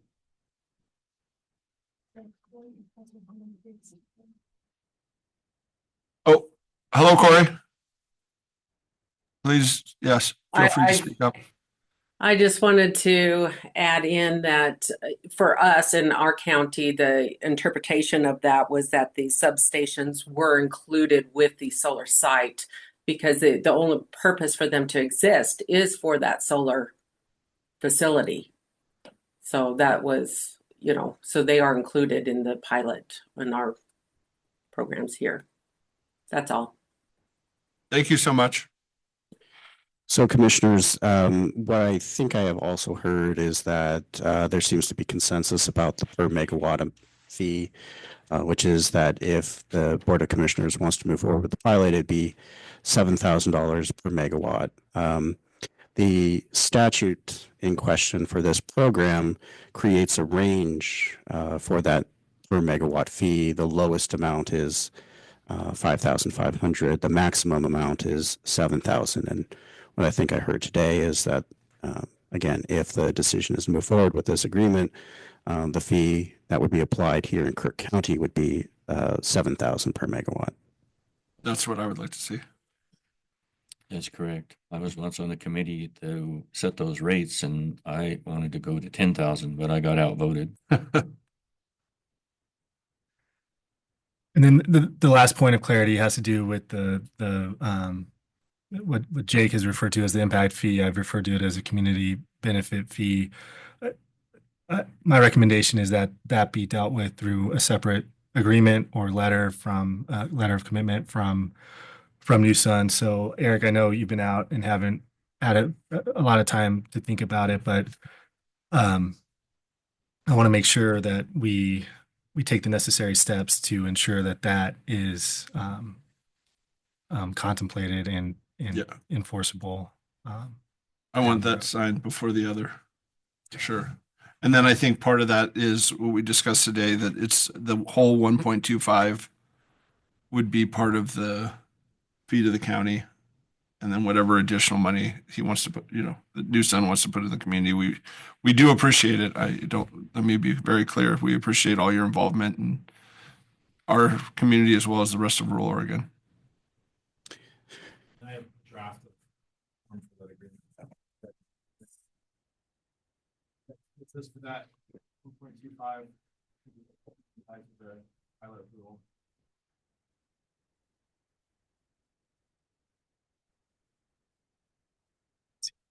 What's that? I haven't seen that. So it sounds like we've got a little bit of homework to do before we've fully approved this. So are we then planning on doing a special meeting next week at some point? Or, I mean, do you think can we approve what we're talking about right now, especially since you have to do a little research and I think we've decided on it. We're at 7,000. We're at 1.25. We know about the battery storage. We are only waiting for confirmation on the other issue of the substation. And I would think we could make a motion subject to the outcome of that. I kind of believe that just common sense tells me the substation would be included in it. I mean, you create the power and it's got to go someplace to be intercepted to go someplace else. So, but I would like to know the legal opinion on it. is that a legal motion? What we're kind of, you can hear what we're proposing, right? Because we have the 1.25, the 700, the batteries being out. And so the only thing left to decide is the substation. Is that something we could approve now on your? Yeah, so I legal? think one other question is and there's no right or wrong answer to this. I think you could make a motion that would authorize signing a pilot agreement based on those parameters and substantially similar to what is in your agenda packet today, and sign it outside of a meeting. I think you could also say, this is important enough for the public. There's enough interest. We certainly have a number of people who have taken the time to listen to this today to schedule a special meeting in case there needs to be any additional conversation. I don't think that there are, again, any right or wrong answers for that. They all have their advantages and disadvantages. But I think that's ultimately the question that you two gentlemen need to resolve. I mean, I would prefer to have more public input or the ability for the public to see the process more. I don't see any reason if we're close, but I'm sure people here would like to come back and see the final decision and how we get to it. So, yeah, I kind of feel like we have a final decision. Other than, so I feel, other than, I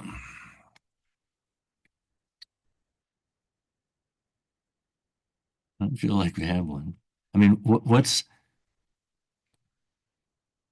Well, if the substation isn't included in it, then where does that put us? It puts us in a big problem. Right. It is intrinsic in every element of it that it's not a power plant without a substation. Everything from the bank loan, everything lists out the interconnection. There's a clear delineation. So, this doesn't extend onto the Bonneville system.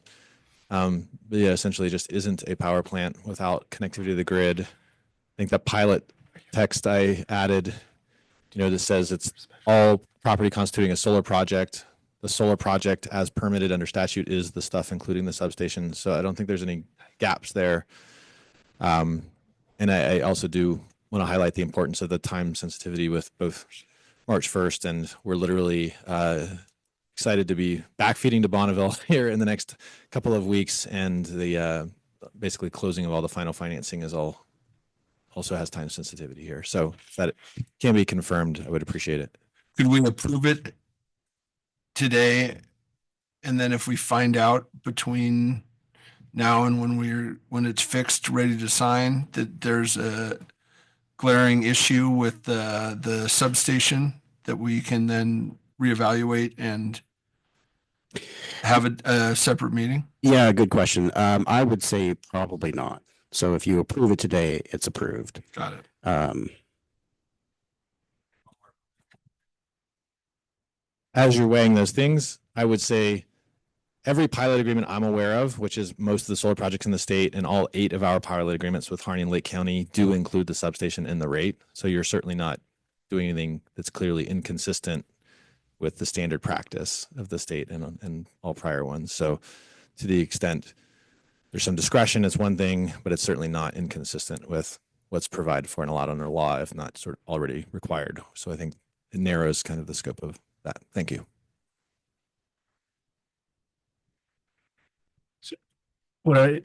Just trying to think of a quick solution. I'm just wondering if we could include a provision in the pilot agreement that notes that if Department of Revenue or, there's a statute, there's a change that clearly pulls substations out of qualifying as part of the pilot agreement, that we would have the ability to do so at that point.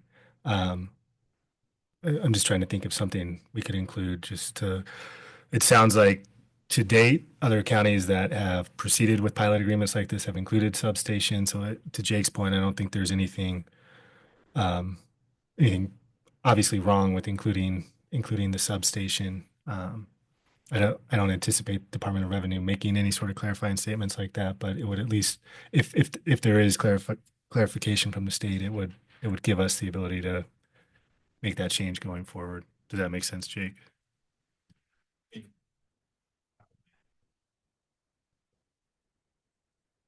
So you're good with if we throw a line in there about that? Okay, that fixes it for me. Good job. All right, I think we've requested a motion. I don't know if there's an actual motion on the table. We were kind of going through that. So I think we're.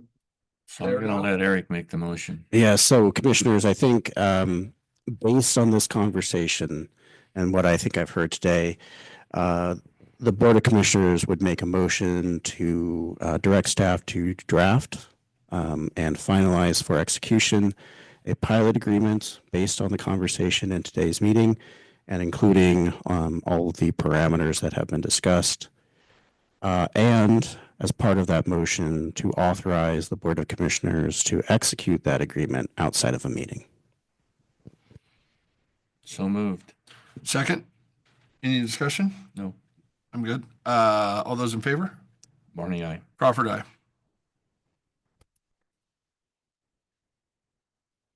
Yeah. Thank you. Thank you. And thank you to everybody who showed up. Please keep your eyes open for the conversations about solar going into the future, because we want to hear from as many people as possible about what that looks like.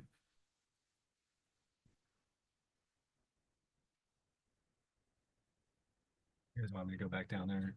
Can I use this microphone? Yeah, yeah. It seems to work better. Yeah, you're fine.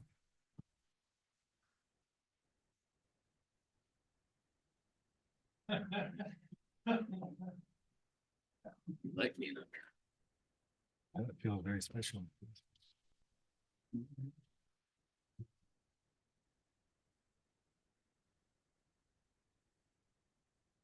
All right.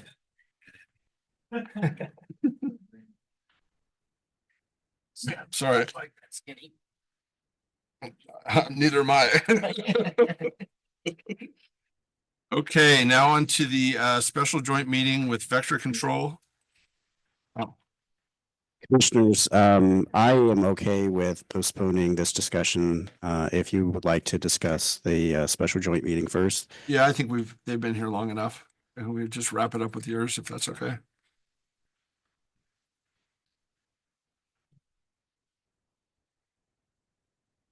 All right, well.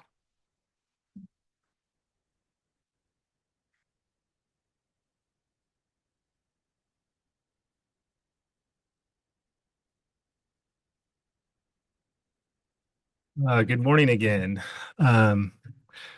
We are here for a joint meeting with the Crook County Vector Control District Board. It looks like we have a number of folks here in the room. I don't know, do we want to invite them all to kind of come up? Yeah, do you guys mind kind of just name and address?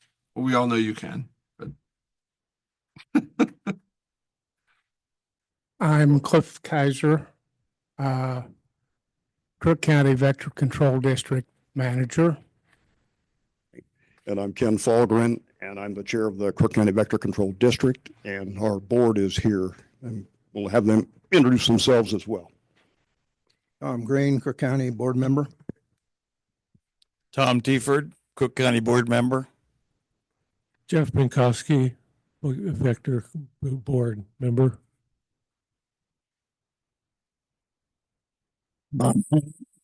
Cook County Vector Control Board Member.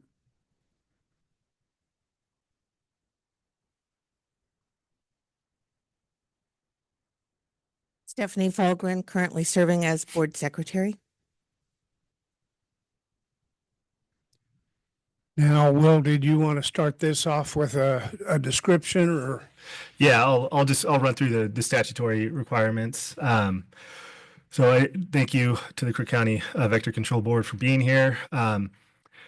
We are here for this joint meeting pursuant to ORS 452-120. This statute directs the county governing body, in this case, the Board of County Commissioners, to call a special meeting of the district board for investigation and supervision of district affairs, and have at least one meeting annually to review district activities. That's why we're here today. The statute also allows the board to hold hearings on complaints from other interested persons. For the annual meeting, the statute requires the district board to provide a proposed annual work plan, including an estimate of funds required for the next year and a description of the work contemplated and methods to be employed, and allows for the board to approve the district's work plan after consultation with the local public health official. In this case, our public health director, Katie Plum, is here and available for that consultation. And then it also requires the district board to provide an annual report covering money expended, methods employed, and work accomplished. So that's kind of the statutory basis for the meeting here this morning. And with that, I'll turn it over to the Vector Control Board to make its presentation and report on past and future activities.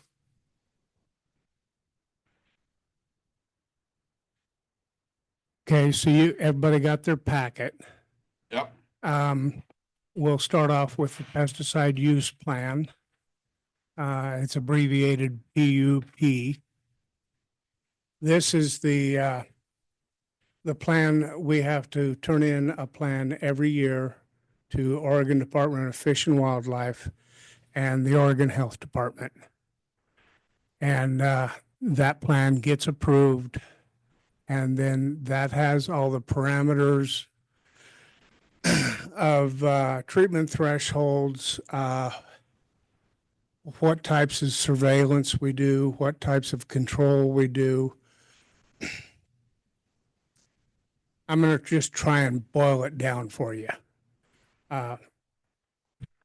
We use what is called best management practices. We try to control the mosquitoes first through physical means, in other words, draining the swamp. Cultural means, which is adjusting essentially irrigation patterns and amounts. Standing water is our enemy as far as controlling mosquitoes. So the more standing water, the longer it stands, the more mosquitoes can be produced.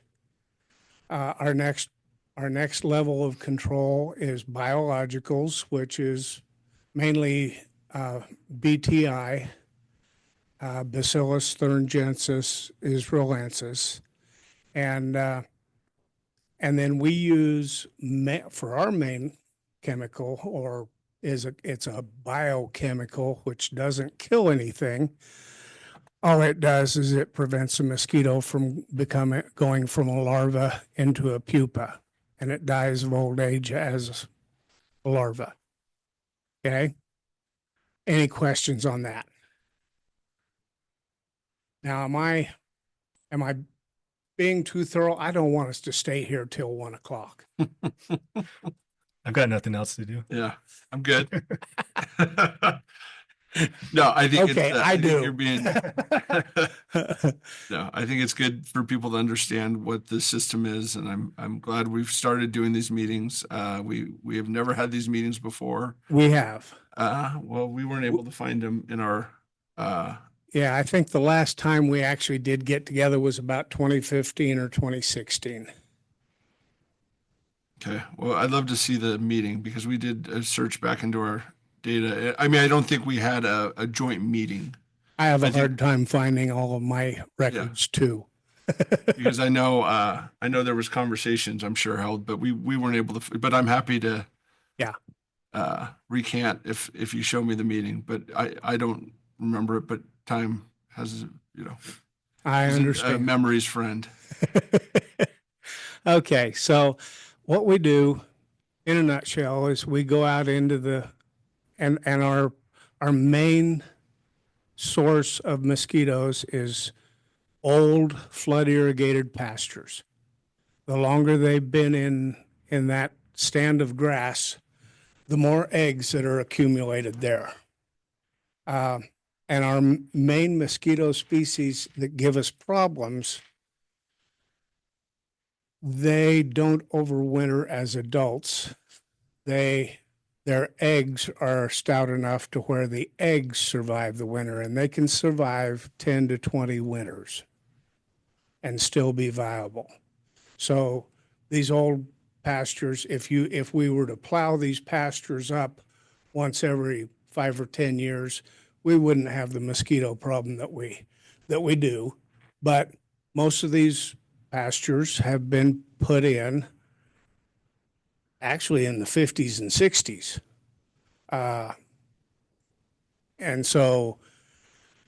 And they're hard to get reestablished. We've got a lot of alkali ground, which makes it nearly impossible to establish grasses.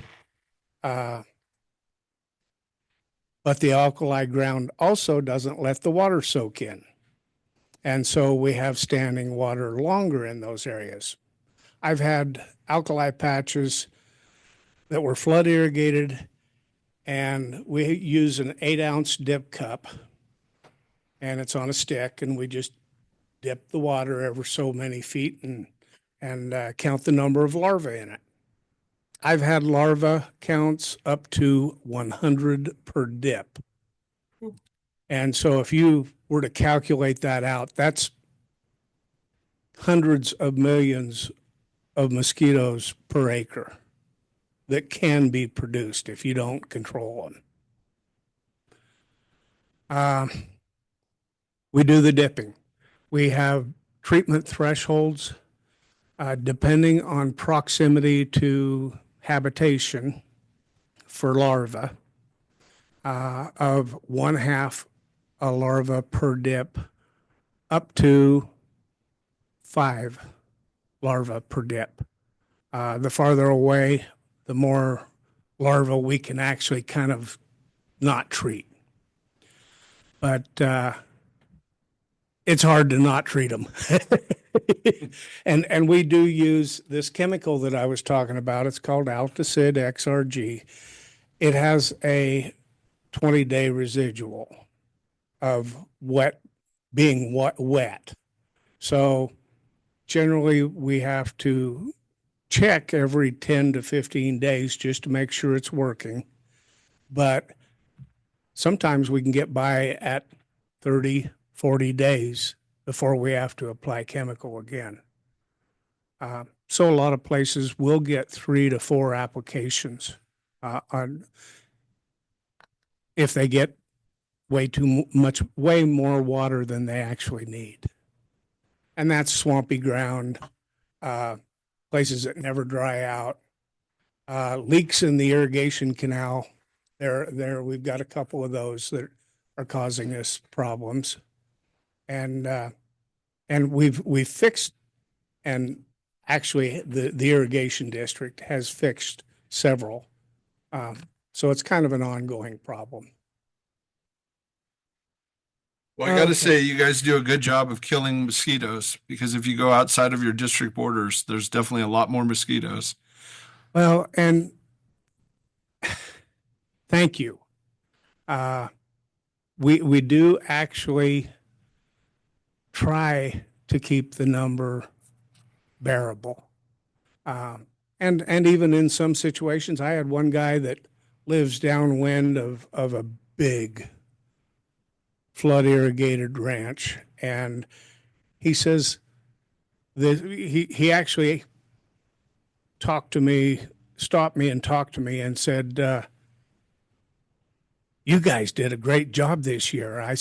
He says, I didn't see one mosquito. And normally we're out there, even if we do a fairly good job, we have to go out and fog them because it's just impossible to be 100% effective. Mm-hmm. So, okay. When was the Crook County Vector Control District formed? Late 50s, early 60s. Newcomer. Yeah. And actually, no, maybe started a little longer ago, closer to 30. But anyway, in the beginning, the process was levy the maximum amount of dollars you could get, and then go to the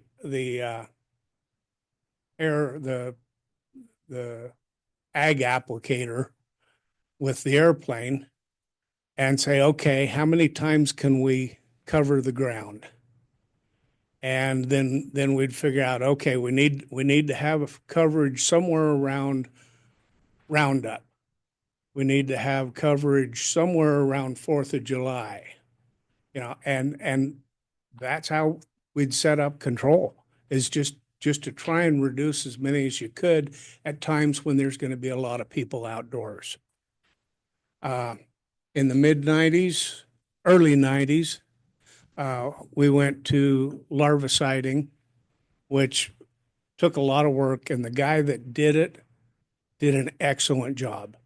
You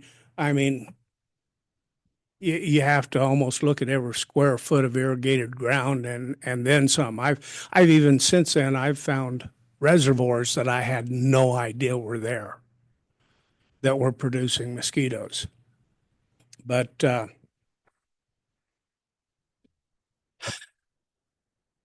that answer your question? Yeah, and As far I as think when I think it's come a long ways in over time, because when you go back to the egg cats that were aerial applying the spray, it was just centrally over the city of Prineville, and that was the area that it covered. And nowadays you guys are all over the county trying to get rid of the problem of where they come from and their growth patterns, rather than trying to knock them out of the air. Yeah, and our district only encompasses 19 square miles right around Prineville. And really of that, it boils down to about 300 to 400 acres that produces consistently. Mm-hmm. Now, if we get a big thunderstorm in the middle of the summer, temperatures are hot and the mosquitoes can develop in 4 to 5 days from an egg to an adult. Sometimes they'll get away from us because there's so much alkali ground that isn't irrigated that there's mosquito eggs sitting there waiting to hatch. Let's see. I guess once we do the application, well, first off, we go out and we surveil all of this ground. And we determine if there's enough larvae to treat or not. And then the next step is chemical application. We use a 6x6 Polaris Ranger to do the application with a broadcast spreader on the back. And we apply a granule. We kind of running out of things to say, I guess. No, I think you've done a great job of laying out the plan and how you guys put that on the ground, the boots on the ground, and do that. So thank you. Yeah. Now we do end up, the one thing I haven't talked about is when we do have a hatch of adult mosquitoes come off, we try to get to them while they're still in a very small area. We try to reduce the amount of ground that we have to cover with an adulticide. We fog from the ground. In the last 25 years, we have had to do one aerial spraying. And that was after actually a summer thunderstorm that got way more ground than we knew was producing. So, but we still keep in our budget a certain amount of money in case we do have to do aerial application. Well, I appreciate your thoughtfulness in trying to be as focused as possible on getting those mosquitoes. Yeah, we've got it down pretty much to a science. We can, well, after doing it, I think I've been doing it now for 25 to 30 years. And you can almost drive up to an area and tell if it needs to be treated or not without dipping because the ground has a special look to it. You know, the wet ground. So, and some things have changed is the wetlands that has been added to our city, and we work with the city directly. Yeah, we work with the city directly, and it's made a big difference. And then also the way they had designed that wetland area. They reduce the water in the summertime. That helps us greatly. They work with flows, adding product to that flow that goes in and out that helps us get a 30-day residual. And it's just been a very good partnership. But when you start looking how the winds blow in the summertime, they're blowing from that area into town. If we hadn't had that structure and had that partnership, it'd be much worse. So we're always thanking the city for that partnership and the willingness to listen to us before it was built. And I might add that they changed their plans a fair amount based on our advice. They were going, you know, where they have the pivots in there, they were going to flood irrigate that. That was the ground I was telling you, I got 100 larvae per dip. and I talked to them, and really the cost to use pivots instead of using dikes and everything, putting them back in, it probably cost them less. And to actually use that water and get it to soak into the ground and be cleansed.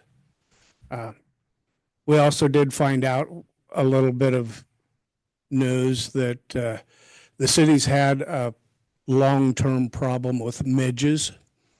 And so we got together with our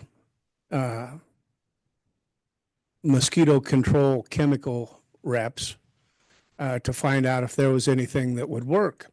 And initially, they said no.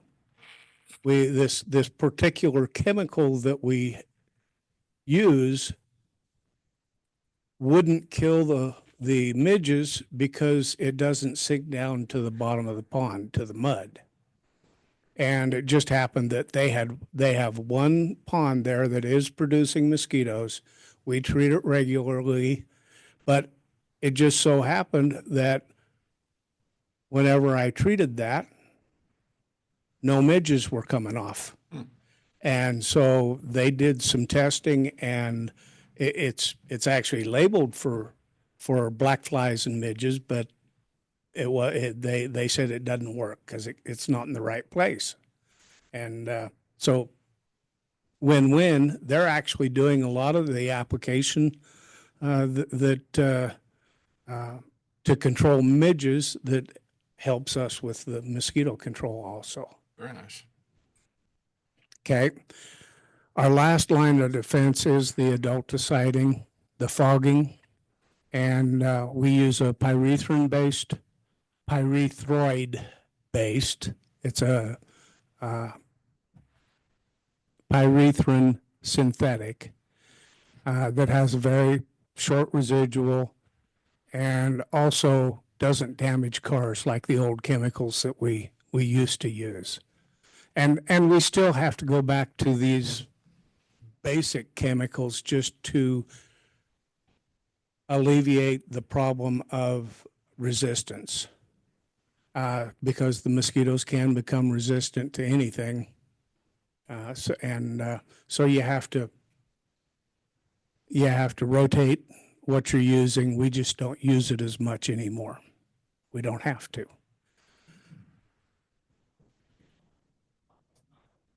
Yes. Yes. West Nile hit the country on the East Coast in early 2000s. It took it about 4 years to make it across the nation to the West Coast. So far, we have had 2 positives in Crook County.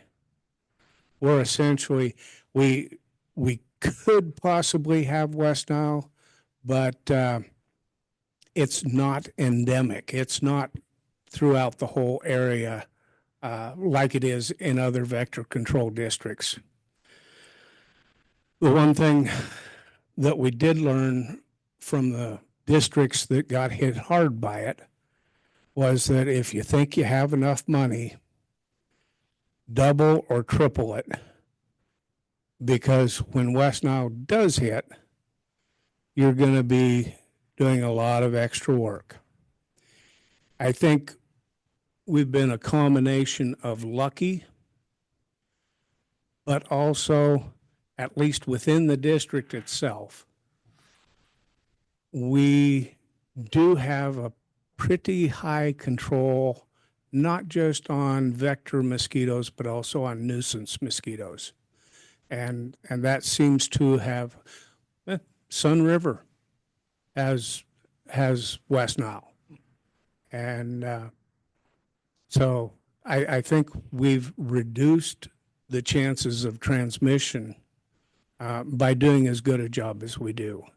And I'm not just patting myself on the back. It's not just that. It is partially being lucky. I don't know if we're out of the flyways to a certain extent to where the migratory birds don't spread it here or not. But anyway,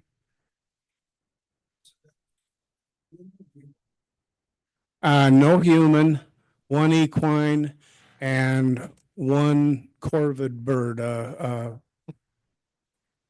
It was a raven, I believe, that was found dead, that tested positive. Luckily, it was after 1 killing frost in the fall, so there weren't hardly any mosquitoes around that could have gotten infected from this bird. And it's actually the corvids get a very high viremic count in their blood. And that's why a corvid can pass it on to a mosquito but an infected horse can't pass it on to a mosquito because they have a very low viremic count, even though it does kill them, or it can kill them. So, anything else, guys? Okay, I'll go on to the expenses then. We have a budget between around 400, maybe $450,000 annually. The big figure though that you need to look at is our actual expenses, or our actual expenses. And those run in the high $140,000 to $160,000 range. Okay. Even though we have a lot of money that's actually budgeted in case West Nile hits, and in case we just have to do an aerial spray, which, could cost $30,000-$40,000. And then we also we have a couple of reserve funds, one for equipment and one for building replacement. And we're hoping to get that back down to not having to use the building fund at all. And also the equipment is not costing us hardly anything in the past several years. So, but that's the big thing is I've had people look at it and say, well, you have almost a $500,000 budget. Well, yeah, our budget's that big, but our expenses end up being a third of that even. Okay.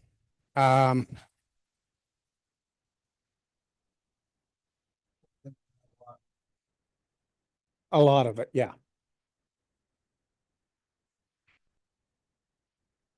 Our expected funds needed for this coming year, and this makes it a little difficult because we budget on the fiscal year, July 1st to June 30th.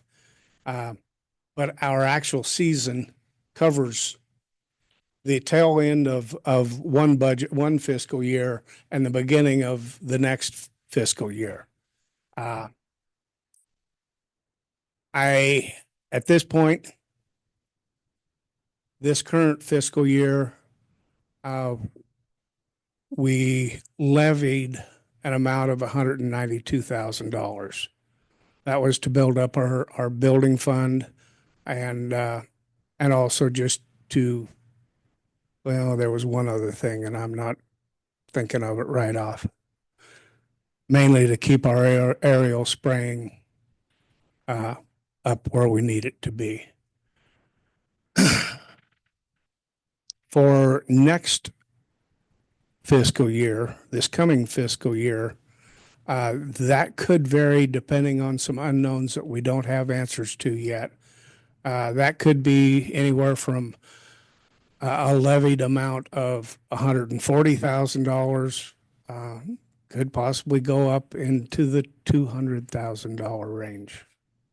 We just don't know until we get some things answered. Okay. As it is, though, we're still well below our maximum amount we can levy. Matter of fact, we're one of the few, we had to argue with the assessor's office because they tried to levy our full amount. And I said, no, we don't want that. We only want half of it. Well, we can't do that. I said, yes, you can. And it took an argument to get them to accept that we can levy a dollar amount, not just the full rate. And so I think we have done a fairly good job, a really good job of keeping expenses as low as possible. That's one of the big reasons that we went to a contract rather than an employee, because all the associated employee costs took the personal services up to about $120,000. And we just, we're doing it right now for around, well, in the beginning it was $96,000, and now it's up to right at $100,000 with inflation. Cost of living adjustment. So what else am I not answering for you guys? Well, I would have a question for the board in terms of, one of the action items that's kind of contemplated by the statute is the board approving the proposed annual work plan. And as I mentioned, Katie Plum is here. Part of that statute also contemplates consulting with her. Does the board feel like it has enough information around the proposed annual work plan based on comments from Mr. Kaiser in the PUP that was included in the packet? I did want to clarify a comment I made in the memo that's part of the board packet where I wasn't sure if the work plan had been approved. Cliff did confirm that PUP was intended to be the work plan, and there's quite a bit of detail in there. But Katie is here, and I don't know if you have anything you want to say, Katie, or if you guys have any questions for her about the work plan, but I want to make sure we take advantage of. Yeah, I just want to hear any input she has. Good morning, commissioners. I don't have anything significant to add other than when we have reached out. I've reached out once in my time since I've been in this role.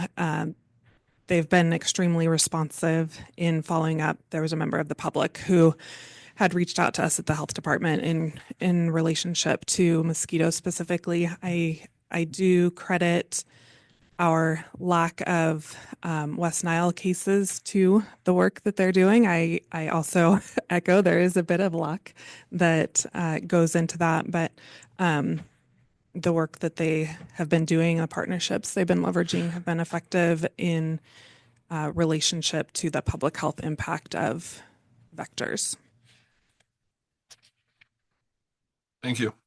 Yeah, I'm fine approving the plan. I think it was well spelled out and well presented. So, Brian, do you have any? No, I'm fine with that. The only thing that I am missing, and maybe I just don't see it, is kind of like a check register.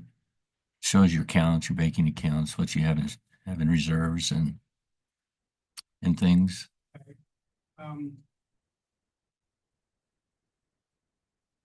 Was that on one of these that you gave me and I just didn't? Profit loss statement. We have two reserve accounts.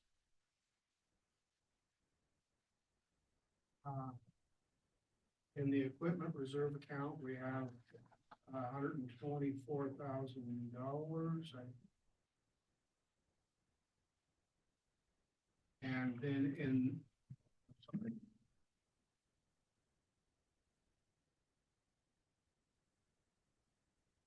$124,000 in the equipment reserve account, and $162,000 in the building reserve account.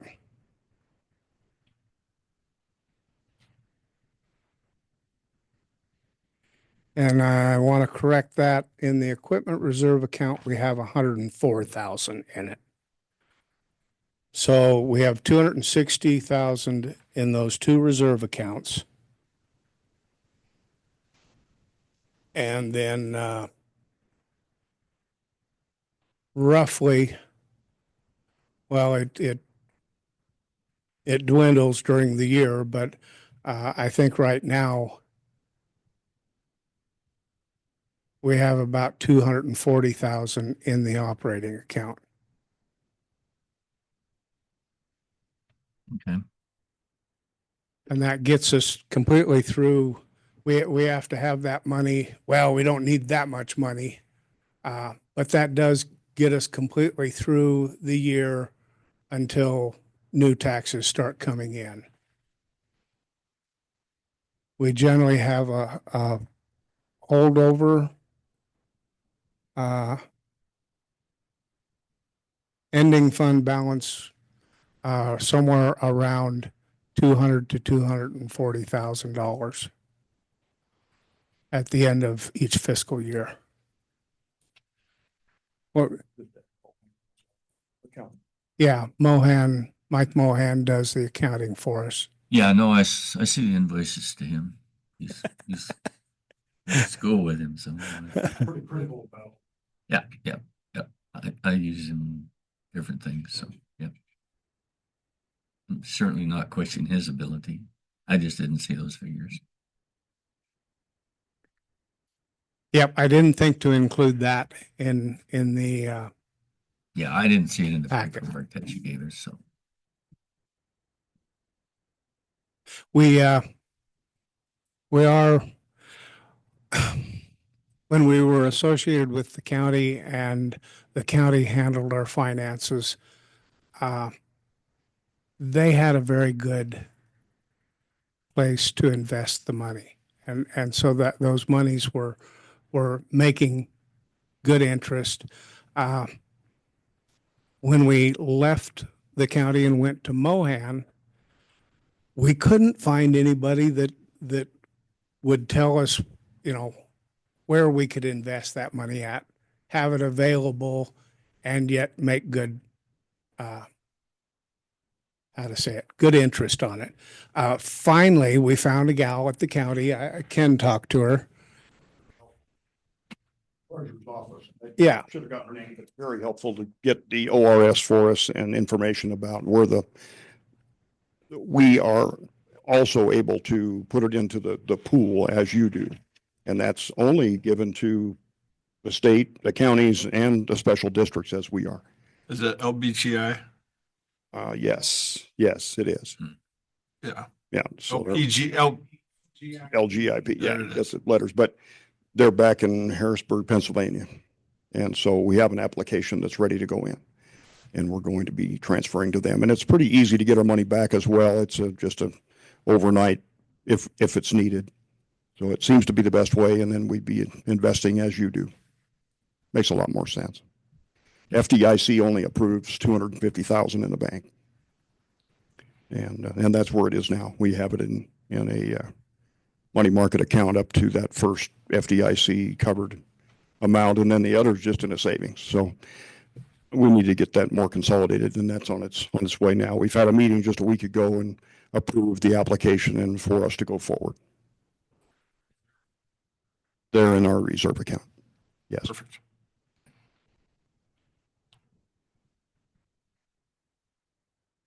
Anything else? Do you guys have any more questions from Vector at this point, or I have a few more things I just want to make sure we're all on the same page with. So the statute, again, the statute I'm referencing is that ORS 452-120.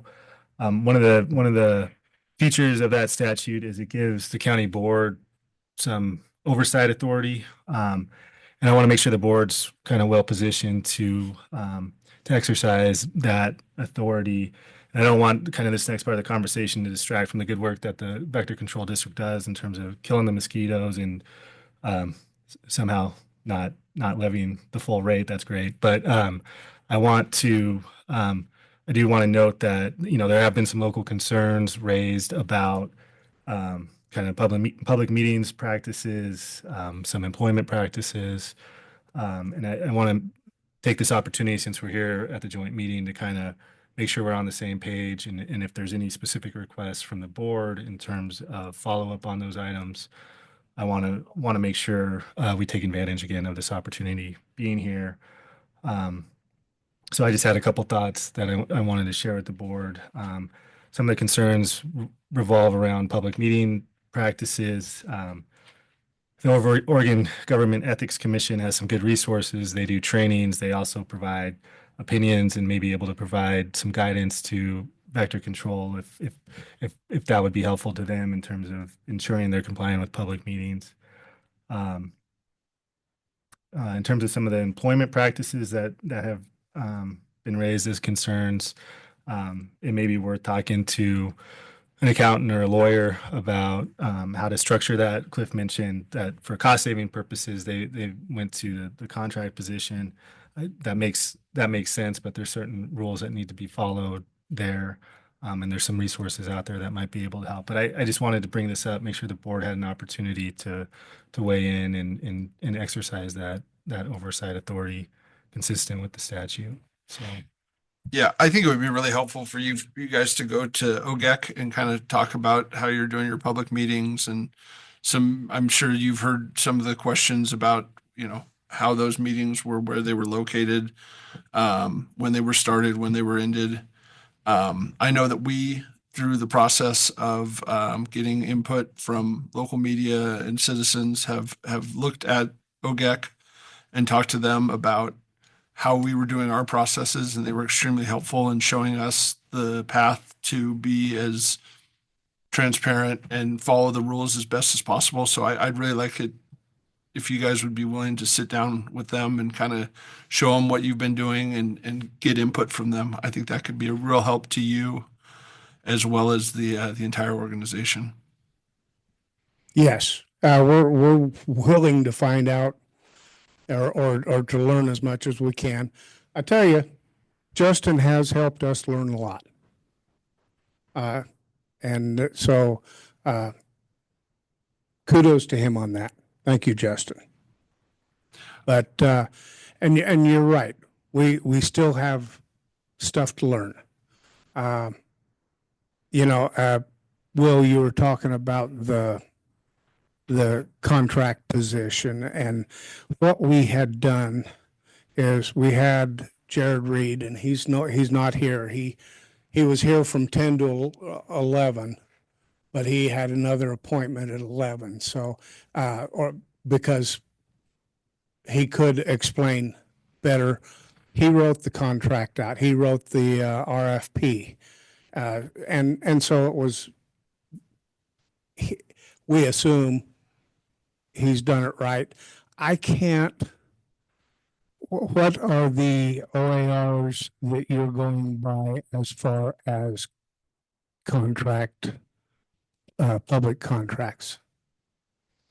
I'm not referring to any specific OARs. I'm just referring generally to kind of that employment practice or the making sure that there's clear distinction between the contract services provider and the in this case the district, making sure there's a clear distinction between the contractor and not kind of murking the waters by having some components that look more like an employee versus a contract services provider. Well, in the RFP and in the contract, it is stated the requirements of being a contractor in that situation. And unless there's something that I don't know about, I tried looking it up in both the OARs, couldn't find anything in the OARs, and generally they flesh out the ORSs quite a bit. And what was in the ORSs is what Jared had put in there.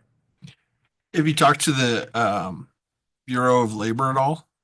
That might be. I haven't talked to them, but I also went to their website also to how to say it, to see if I could find anything there. They do have essentially the same thing as what the OARs are.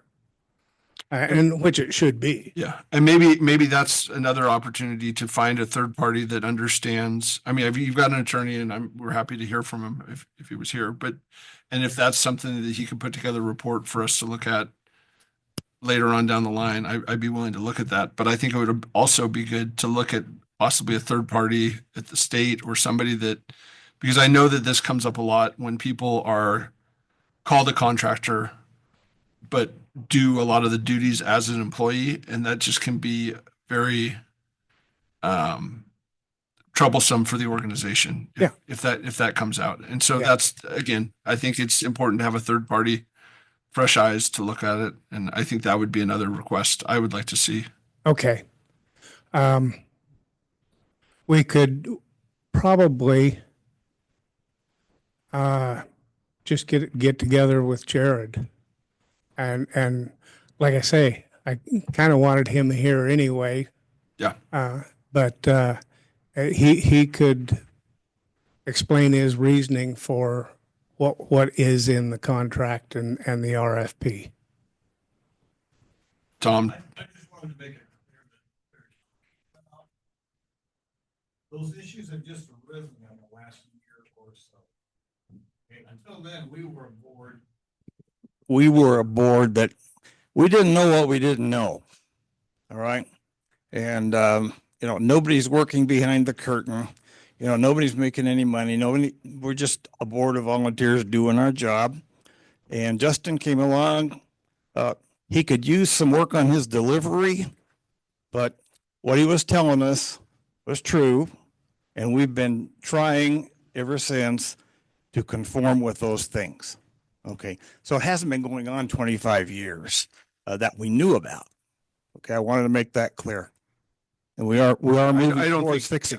Thank you for saying that. I don't, nobody's here trying to throw any accusations around. We're just, I think we've problems have been brought to our attention.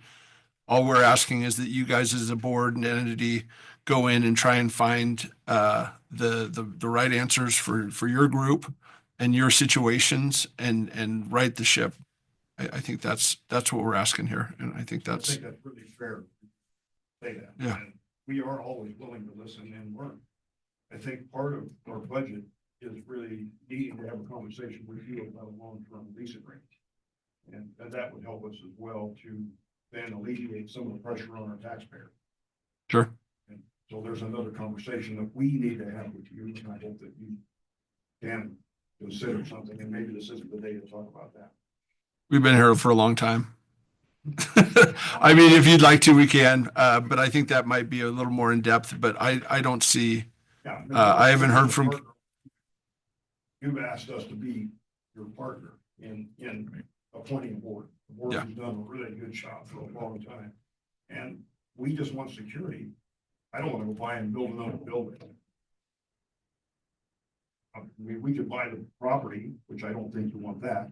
And you could own the building, which maybe you do already through this agreement, but long-term lease would take the pressure off of the board and the worry that we have to supplement that budget to gain the dollars it would take to build another building something. Sure. Yeah, no, I've talked to Casey. He has no interest in kicking you out tomorrow. So it's not something that we need to have a conversation today. I see value in it. I see the value that you guys provide as a district. I think we've all been clear that you guys do a great job when it comes to killing mosquitoes. I think you could shine it up a little bit on public meetings and the processes. And so, yeah. We know that. Yeah. Yes. Yeah, that would be my only concern today is that we get to a place where that's a little cleaner process. And it sounds like you're already working there. So we appreciate that. Yeah, we're even newer at this Zoom stuff than you guys are. I promise you don't want to get. And I was a little bit tickled that you guys were having problems with it. Yeah, trust me, you want to learn from our mistakes of getting hacked. You don't want those to happen to you. I can chat with you about it offline, but. Yeah, we are a 5-member board, one contract employee process has been going on for long time. All this stuff he causes to add on, hire a CPA, hire a lawyer, hire people to have this video out there. In the 30 years I've been there, there's not one person ever wanted to come to a meeting.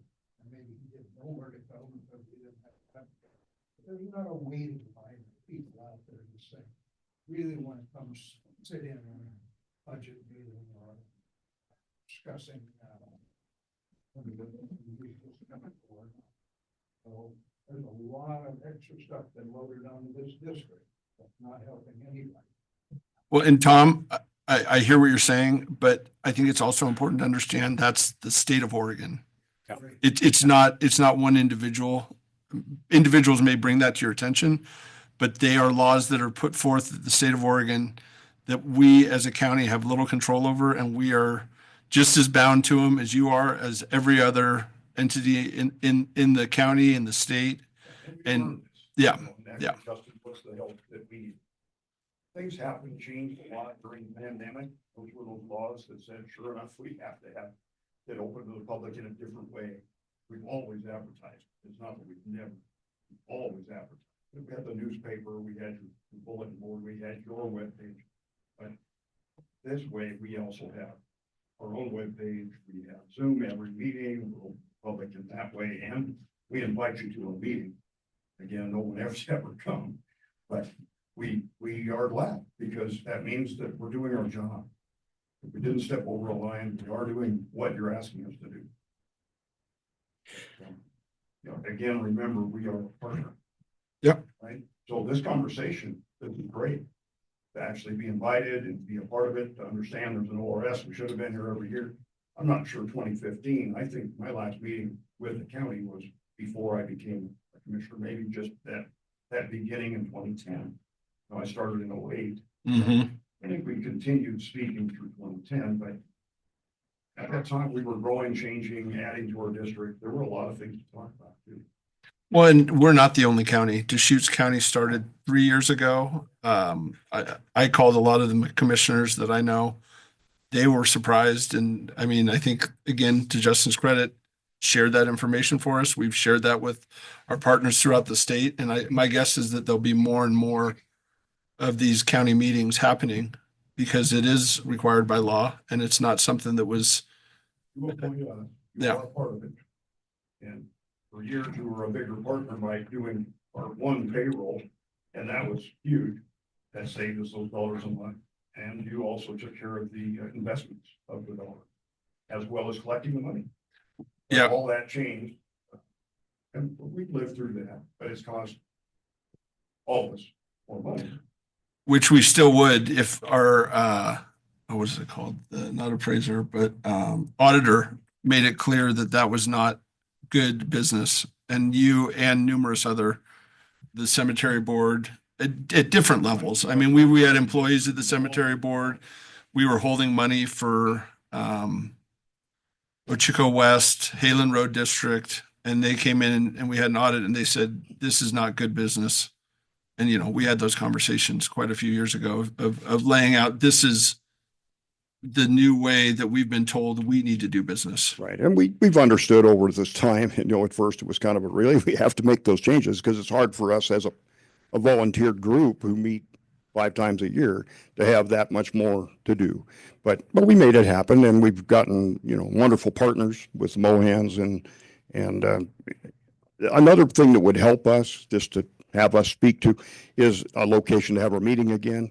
I know you have yours in your offices in the big courthouse, but what about the other meeting room we had been staying in before? Is that a possibility instead of a library to use, or is that hard to use that? It's difficult because we, you know, a lot of times you're after hours and then. Well, yeah, we would need internet also. Yeah. And then there's internet.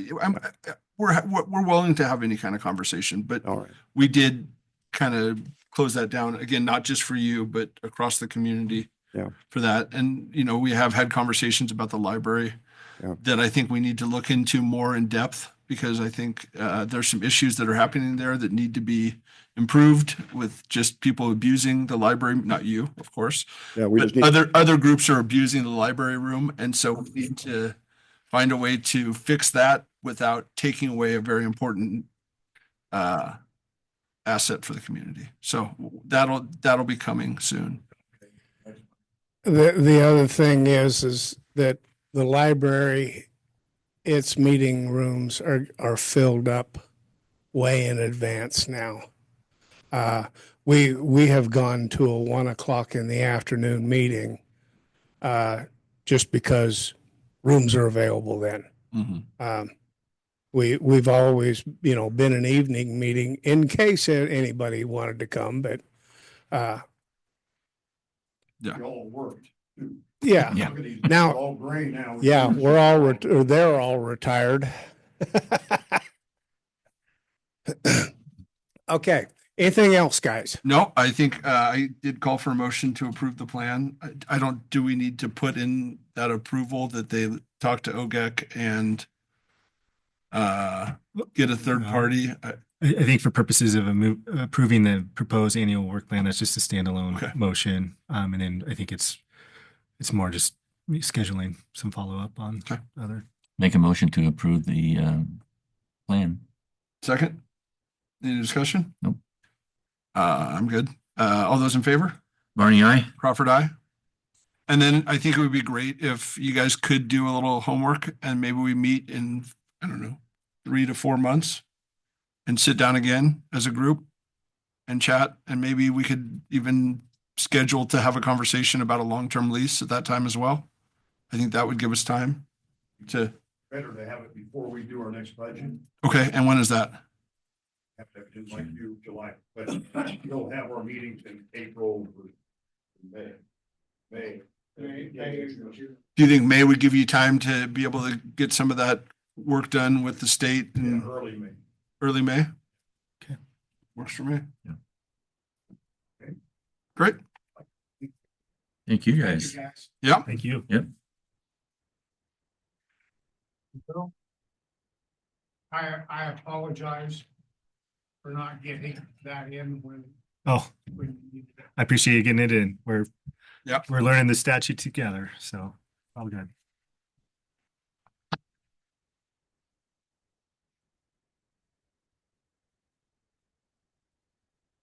Your turn.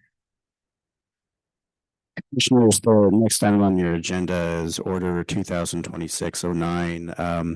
I'm going to repeat a lot of what I said at the February 11th work session, so if this sounds familiar, please bear with me. As you know, for many years, the method by which all Oregon counties foreclosed on delinquent tax payments. Hey, the meeting's still going on. Yeah, hey, Kind of keep can it you quiet. take it in the hallway? Thank you. The method was quite stable for many years, and then relatively recently there have been some quite dramatic changes to the state of the law. Two of those changes are House Bill 4056 and then later House Bill 2089. The attached order in your packet would formalize a process meant to follow the strictures of House Bill 2089. This would alter the manner in which one aspect of the foreclosure process is administered. In the event that there is a foreclosure because of non-payment of real property taxes, the county will have a certain process by which it needs to try to get that property back into the hands of the former owner. Now, this is in addition to the multiple years of delinquency. This is in addition to the foreclosure process when former owners are able to make arguments in front of a circuit court judge. And this is in addition to the 2-year redemption period that already exists in statute. So depending on what type of property it is, whether it's zoned for residential, the county might need to try to negotiate the terms to restore this property to the former owners for up to a year. Failing that, then the county has to go through a multiple step process for different types of public auctions. In the event that there is a sale of the property which is greater than the taxes, interest, and fees. Heretofore, that surplus was not retained by the county. It was distributed to the local taxing districts. So it went to the school districts, the irrigation districts, soil and water conservation districts. Due to the changes in law, that surplus will now be transferred to the Oregon Department of Revenue, which will then facilitate the distribution to potential claimants.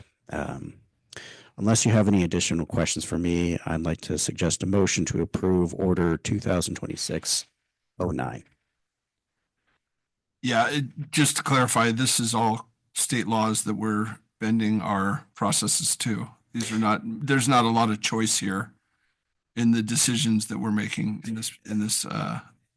Excellent question. So yes, one thing that has not changed under the tax foreclosure process is that the counties are required by law to foreclose if there is a delinquency of 3 years of ad valorem real property taxes. And if the counties ever don't, then the county faces some very stiff penalties imposed by the state of Oregon. You may ask why the state of Oregon does not foreclose on these properties, but that has been the system for at least 60 years. The state statute says the counties will foreclose. And again, it's not optional. And you're right that the recent changes to the law are mandatory to the counties. This is to memorialize a process by which the counties will implement those requirements. But it doesn't change those requirements. It doesn't exceed those requirements, and it doesn't undercut those requirements. I'd entertain a motion. Make a motion to approve Order 2026-09 tax foreclosure surplus policy. Any discussion? Nope. All those in favor? Barney, aye. Crawford, aye. Okay. We have our final public comment. Oh, sorry, manager report. No report today.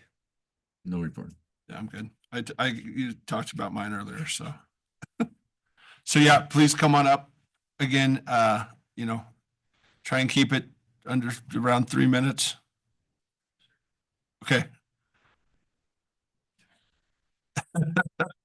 I'd like to see you make sure on him.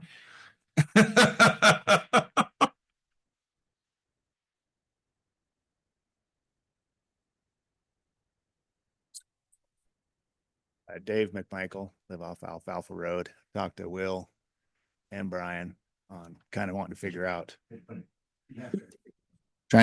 how to, if it's even possible to appeal this ordinance 356. Like in my particular situation that I've talked to Brian about, I don't know if you guys have ever seen this road or not, but you have to go through a cut. It winds. There's no white line. It's narrower than the Plana Highway. 6 foot of sagebrush each side. They go down to the BLM and turn in. As of right now, we're not even sure if the BLM's going to approve this deal or not. I don't think you're going to be picked up on that because I can hardly hear you, Dave. Okay. How's that? Anyway, so what I'm trying to ask is if there's a way to appeal, a way to amend, or in this particular situation, there's 3 school buses that go by, which is 12 times a day on this same road. I know it's only 1.5 miles. But at the same time, also, there's no place for those guys to get off the road. There's no place for anybody else to get off the road the way this road is out there, and you can't see. And then the planning department, which I lease polishes ground, has the polishes entrance and the BLM entrance is about 50 yards apart. They've approved it for 3,200 homes. So at 2.5 cars a year, 8,000 more cars on the road. They do have to do some infrastructure out there on the Powell Butte Highway and then the Powell Butte Bend Highway. But it's just going to be chaos. And there's already enough traffic problems out there now without adding 10 side-by-sides 6 times a day up and down that road from 9 to 2:30. So I guess I'm asking, is there a way to amend it, a way to appeal it, a way to, I'm assuming, because I know at your last meeting, I watched the deal and it says, like Susie says, learn as we go deal. And we got to start investigating a little bit more. And the neighborhood's not happy with it. And I know you and Susie, Brian, you know, on the corner crossing deal where it's a hard no when it was going to affect you guys. And this is a big effect on us with this OHV. And OHV is already a huge problem out there anyway. As you guys know, I've had nothing but hell out there the last 4 or 5 years. You know, 300 times to the sheriff's department, the lost cows, the cut fences, these guys don't stay where they're going to be. And this Matt Miller getting his, if he does, you guys do approve his deal someday. I mean, it's not going to probably be him that's necessarily the problem, but everybody, I don't know who's going to police this deal with your approvals or not, but it's everyone out of Brasad. It's everybody from town that's going to it's going to just open this other big giant can of worms down the road. So I guess my question is, can we appeal it? Can we amend it? Or will you guys actually go take a look at these before you approve these commercial side-by-side deals before you approve one or not, or to see if it is a safe area for it? Or, I mean, Yeah, we did look at it. I did look at it. You did, yeah. Will was out there. We went out there. We went to the guard shack, went through it, and even drove up on some of the property. And used to run cows out there, so I've been up and down that road a long time. You know, I mean, it's a county road that meets all the state standards for being a road of width and, you know, things to make it safe. And so it's not any abnormally small road or, you know, not capable of handling traffic. Meets all the requirements.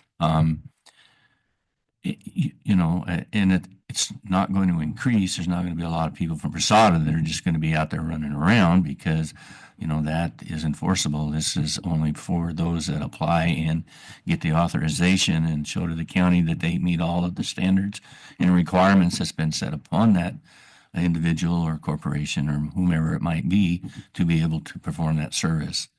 And so it's limited in who will be authorized to do that. It's just somehow. Pardon? It's going to be policed somehow. It'll be policed just like any other, you know, road is policed. It's not going to be, you know, any more or any less. It's going to be whatever's on the sheriff's department's, you know, agenda and how they run their shop. And so it's, you know, it's 10H, you know, 4x4s, all under supervision and under, you know, direction. And the word I'm pointing for is, but, you know, it's a controlled situation. I know that you're not happy with it. I understand, and at all, you know, and we've had great conversations about it. You know, I mean, you've been polite, and I've been polite, and we've talked about it. I see it as, you know, a lot different than what is normally out there, where it's every individual jumps them out of the back of the rig and goes wherever they want to go when they're actually supposed to be confined to a certain location and road. Well, it's closed right now. This is going to open it up, is what the problem is. It's not going to change. What we did is not going to change anything. All we did was open up an ordinance that allowed people to be able to apply for the right to travel. It's no different than you and I as farmers and ranchers, that we have the right to drive our four-wheelers on the road, so provided we have a slow-moving vehicle sign on the back of it. So there are restrictions and requirements in order to be able to do it. Okay. So I don't disagree with a lot of what Brian said, but that being said, if it does show that there's a lot of negative interaction and issues, I think I would like to hear about it, because, you know, I think the proposal was to help a group and help cut down on trespassing and different things like that, because you have somebody with them. And I think that's a positive. But if it shows that it's not, and that you're seeing a lot of negative impact from it, I want to hear that, because I think that we need to look out for the people that have been here, not just the people that have just shown up. I And so, agree with you there too. so, I don't think right now is the time to just change everything. I think we're going down a path, but I think I want to hear what the interactions are, and with proof, not just I don't like it, right? And I mean, but I think you've dealt with that with police and other things. And Oh, God. so yeah, and I've talked to Yancey and some other folks, and so they've clued me in on some of the issues that you guys are dealing with. Yeah. And I don't want to expand those issues for you or anyone. And Yeah, so, it's the neighboring permittees too, and yeah, it's just a nightmare. And it's, that's right on the line where Crook County ends, and they don't start up again till County Line Road. mhm. And, I'm out there every day. So, Yeah.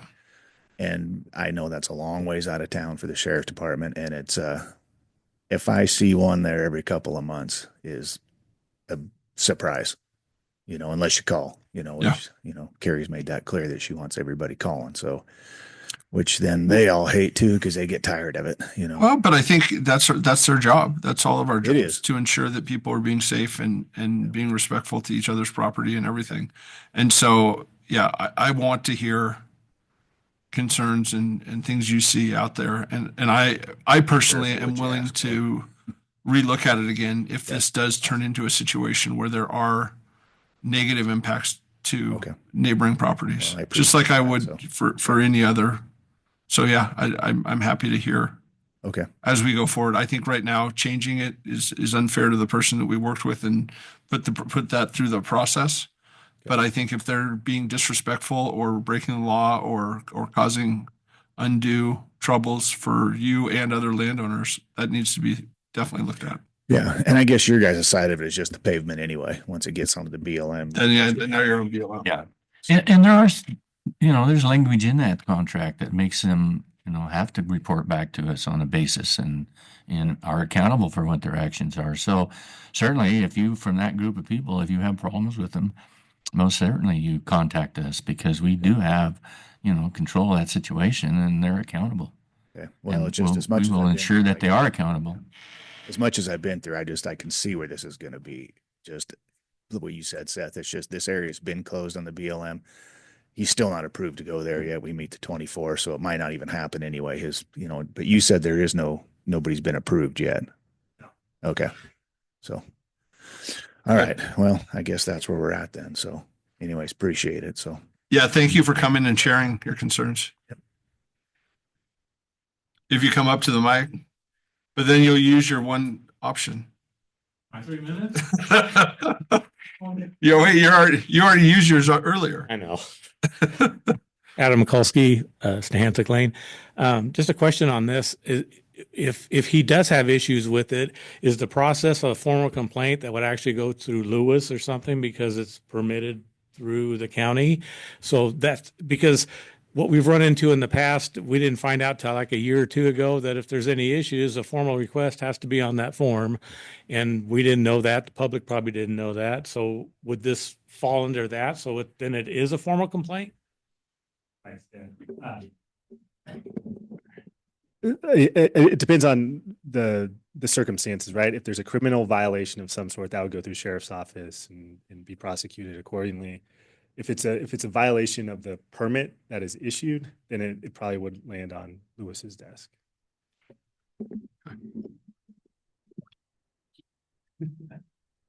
Okay, anybody else in the room? Nope. Sorry. I'll make it quick because we've been here a long time, but I wanted to say thank you for getting the I should say Julie Thompson, Great Valley Road. I wanted to say thank you for whoever got the cones removed off of Elliott and Stehantic. It's a big difference, honestly. I mean, for everybody going through there. So thank you for that.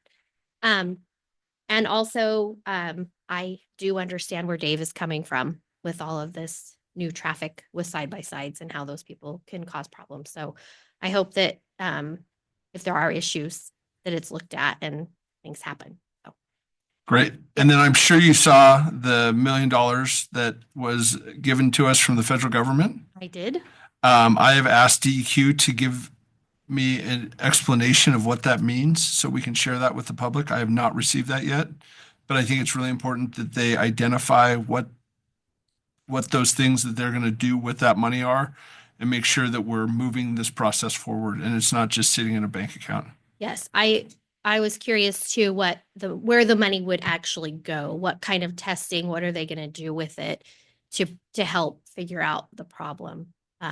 However, I do feel like it could have been a lot cheaper in the beginning if things would have been done right the first time. And I have voiced my opinion on this. I do feel like it is kind of a waste of taxpayers' money in a sense, but now here we are at this point, and now it's our only option to Yeah. figure out what's going on. So, Well, I'm excited that they're funded and that they can continue to work. So I agree that it would be best if we didn't have to spend money on this, but the fact that this is an issue that's been happening for way too long, I'm glad that there is money, that the federal and state government are finally stepping up and doing their job. right. Yes, I agree. That was all. Thank you. No problem. Anybody on the phone? Or I guess on the line, online? Oh, never mind. Hold on. We got public still here. So Mike Irvin, Plina Highway. This was spoken to briefly just a little bit ago, but my concern is about the meeting room at the library. As you know, public meeting rooms in this town are almost an endangered species.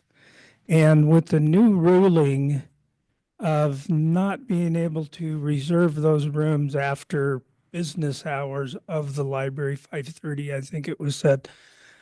In as much as I fully agree that we cannot allow damage to the building, damage to the room, parties going on with alcohol, all of that kind of stuff, absolutely not. But when you have kids' birthday parties and ladies that want to do quilting and various different things with adults in the room that can take care of the place, it just seems to me that the board of directors for the library should have been involved in making some kind of a recommendation to you folks rather than being told that this is the new program. So I guess my request is that let's take another look at that and see if there's a better solution. Let the board of directors of the library have an opportunity to be part of that solution if they can be. Yeah, I totally agree. I think that what I agreed to is coming up with a new plan, and I think we're in that process. Okay, I thought there was probably some things going on that I was unaware of, but Yeah. I just wanted to bring it up. And I think that I'd like to just talk about today with this comment that I think we should have the stakeholders that are using that room come in and have a specific time in a meeting to hear their public comments about what they're doing and Perfect. the things that they're going through and what they're using. And I think we can explain to them why we had to take a step here, because Yeah. when you have people throwing parties and sleeping in the library overnight, that's not tenable to me. That's not what it's for. Unacceptable. But Exactly. I totally. we can't just throw the baby out with the bathwater. We need to continue to help the people of the community and not take that asset away from them. Right. But I think the best people to help us to understand what those things are the citizens of Crook County and the people that are using it. And I think we can set some time in the next month or so before we make a full decision. Yeah, of let's what listen their- to the what their people, get the input is. board of directors involved and come up with a decent solution. Yeah. Because like I say, public meeting rooms in this town are pretty much an endangered species. Thank you, Mike. Thank you.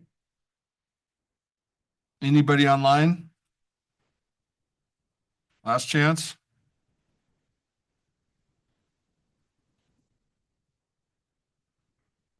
Okay.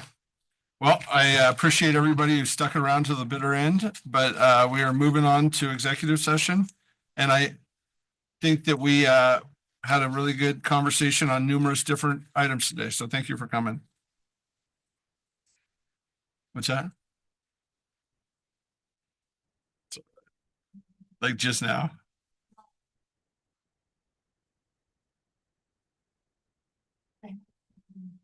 Sorry. That's all right. Are we still live on? Yeah. Because you gotta read it. That's 2E. Yes.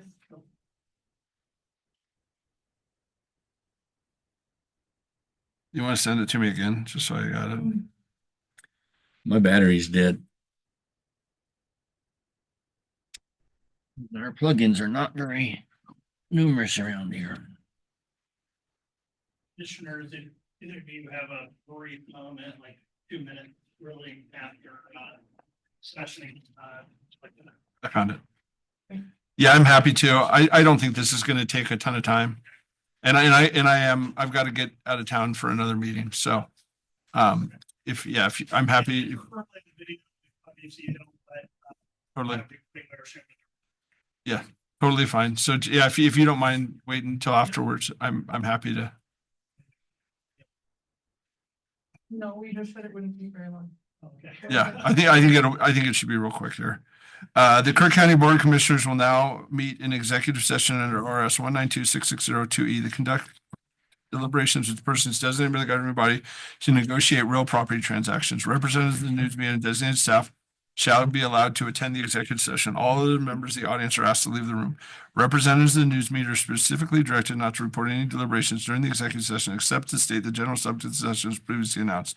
No decision may be made in executive session. At the end of the executive session, we'll return to open session. Welcome the audience back in the room.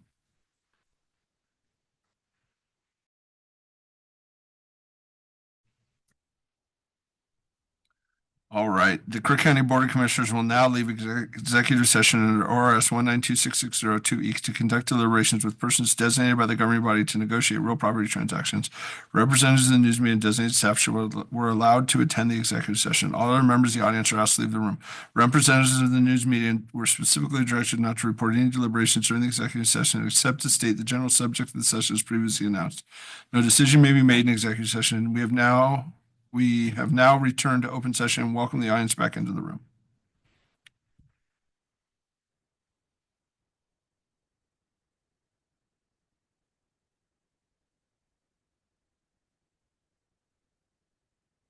All right. Do you want to propose a motion? Commissioners, based on what I think I heard in that executive session, the motion would be to delegate authority to Commissioner Barney to sign the real property listing agreement as discussed in the executive session. So moved. Second. Any discussion? No. All those in favor? Aye. Aye. I'd entertain a motion to adjourn the meeting. Motion to adjourn meeting. Second. Any discussion? No discussion. All those in favor? Aye. Barney, aye. Crawford, aye.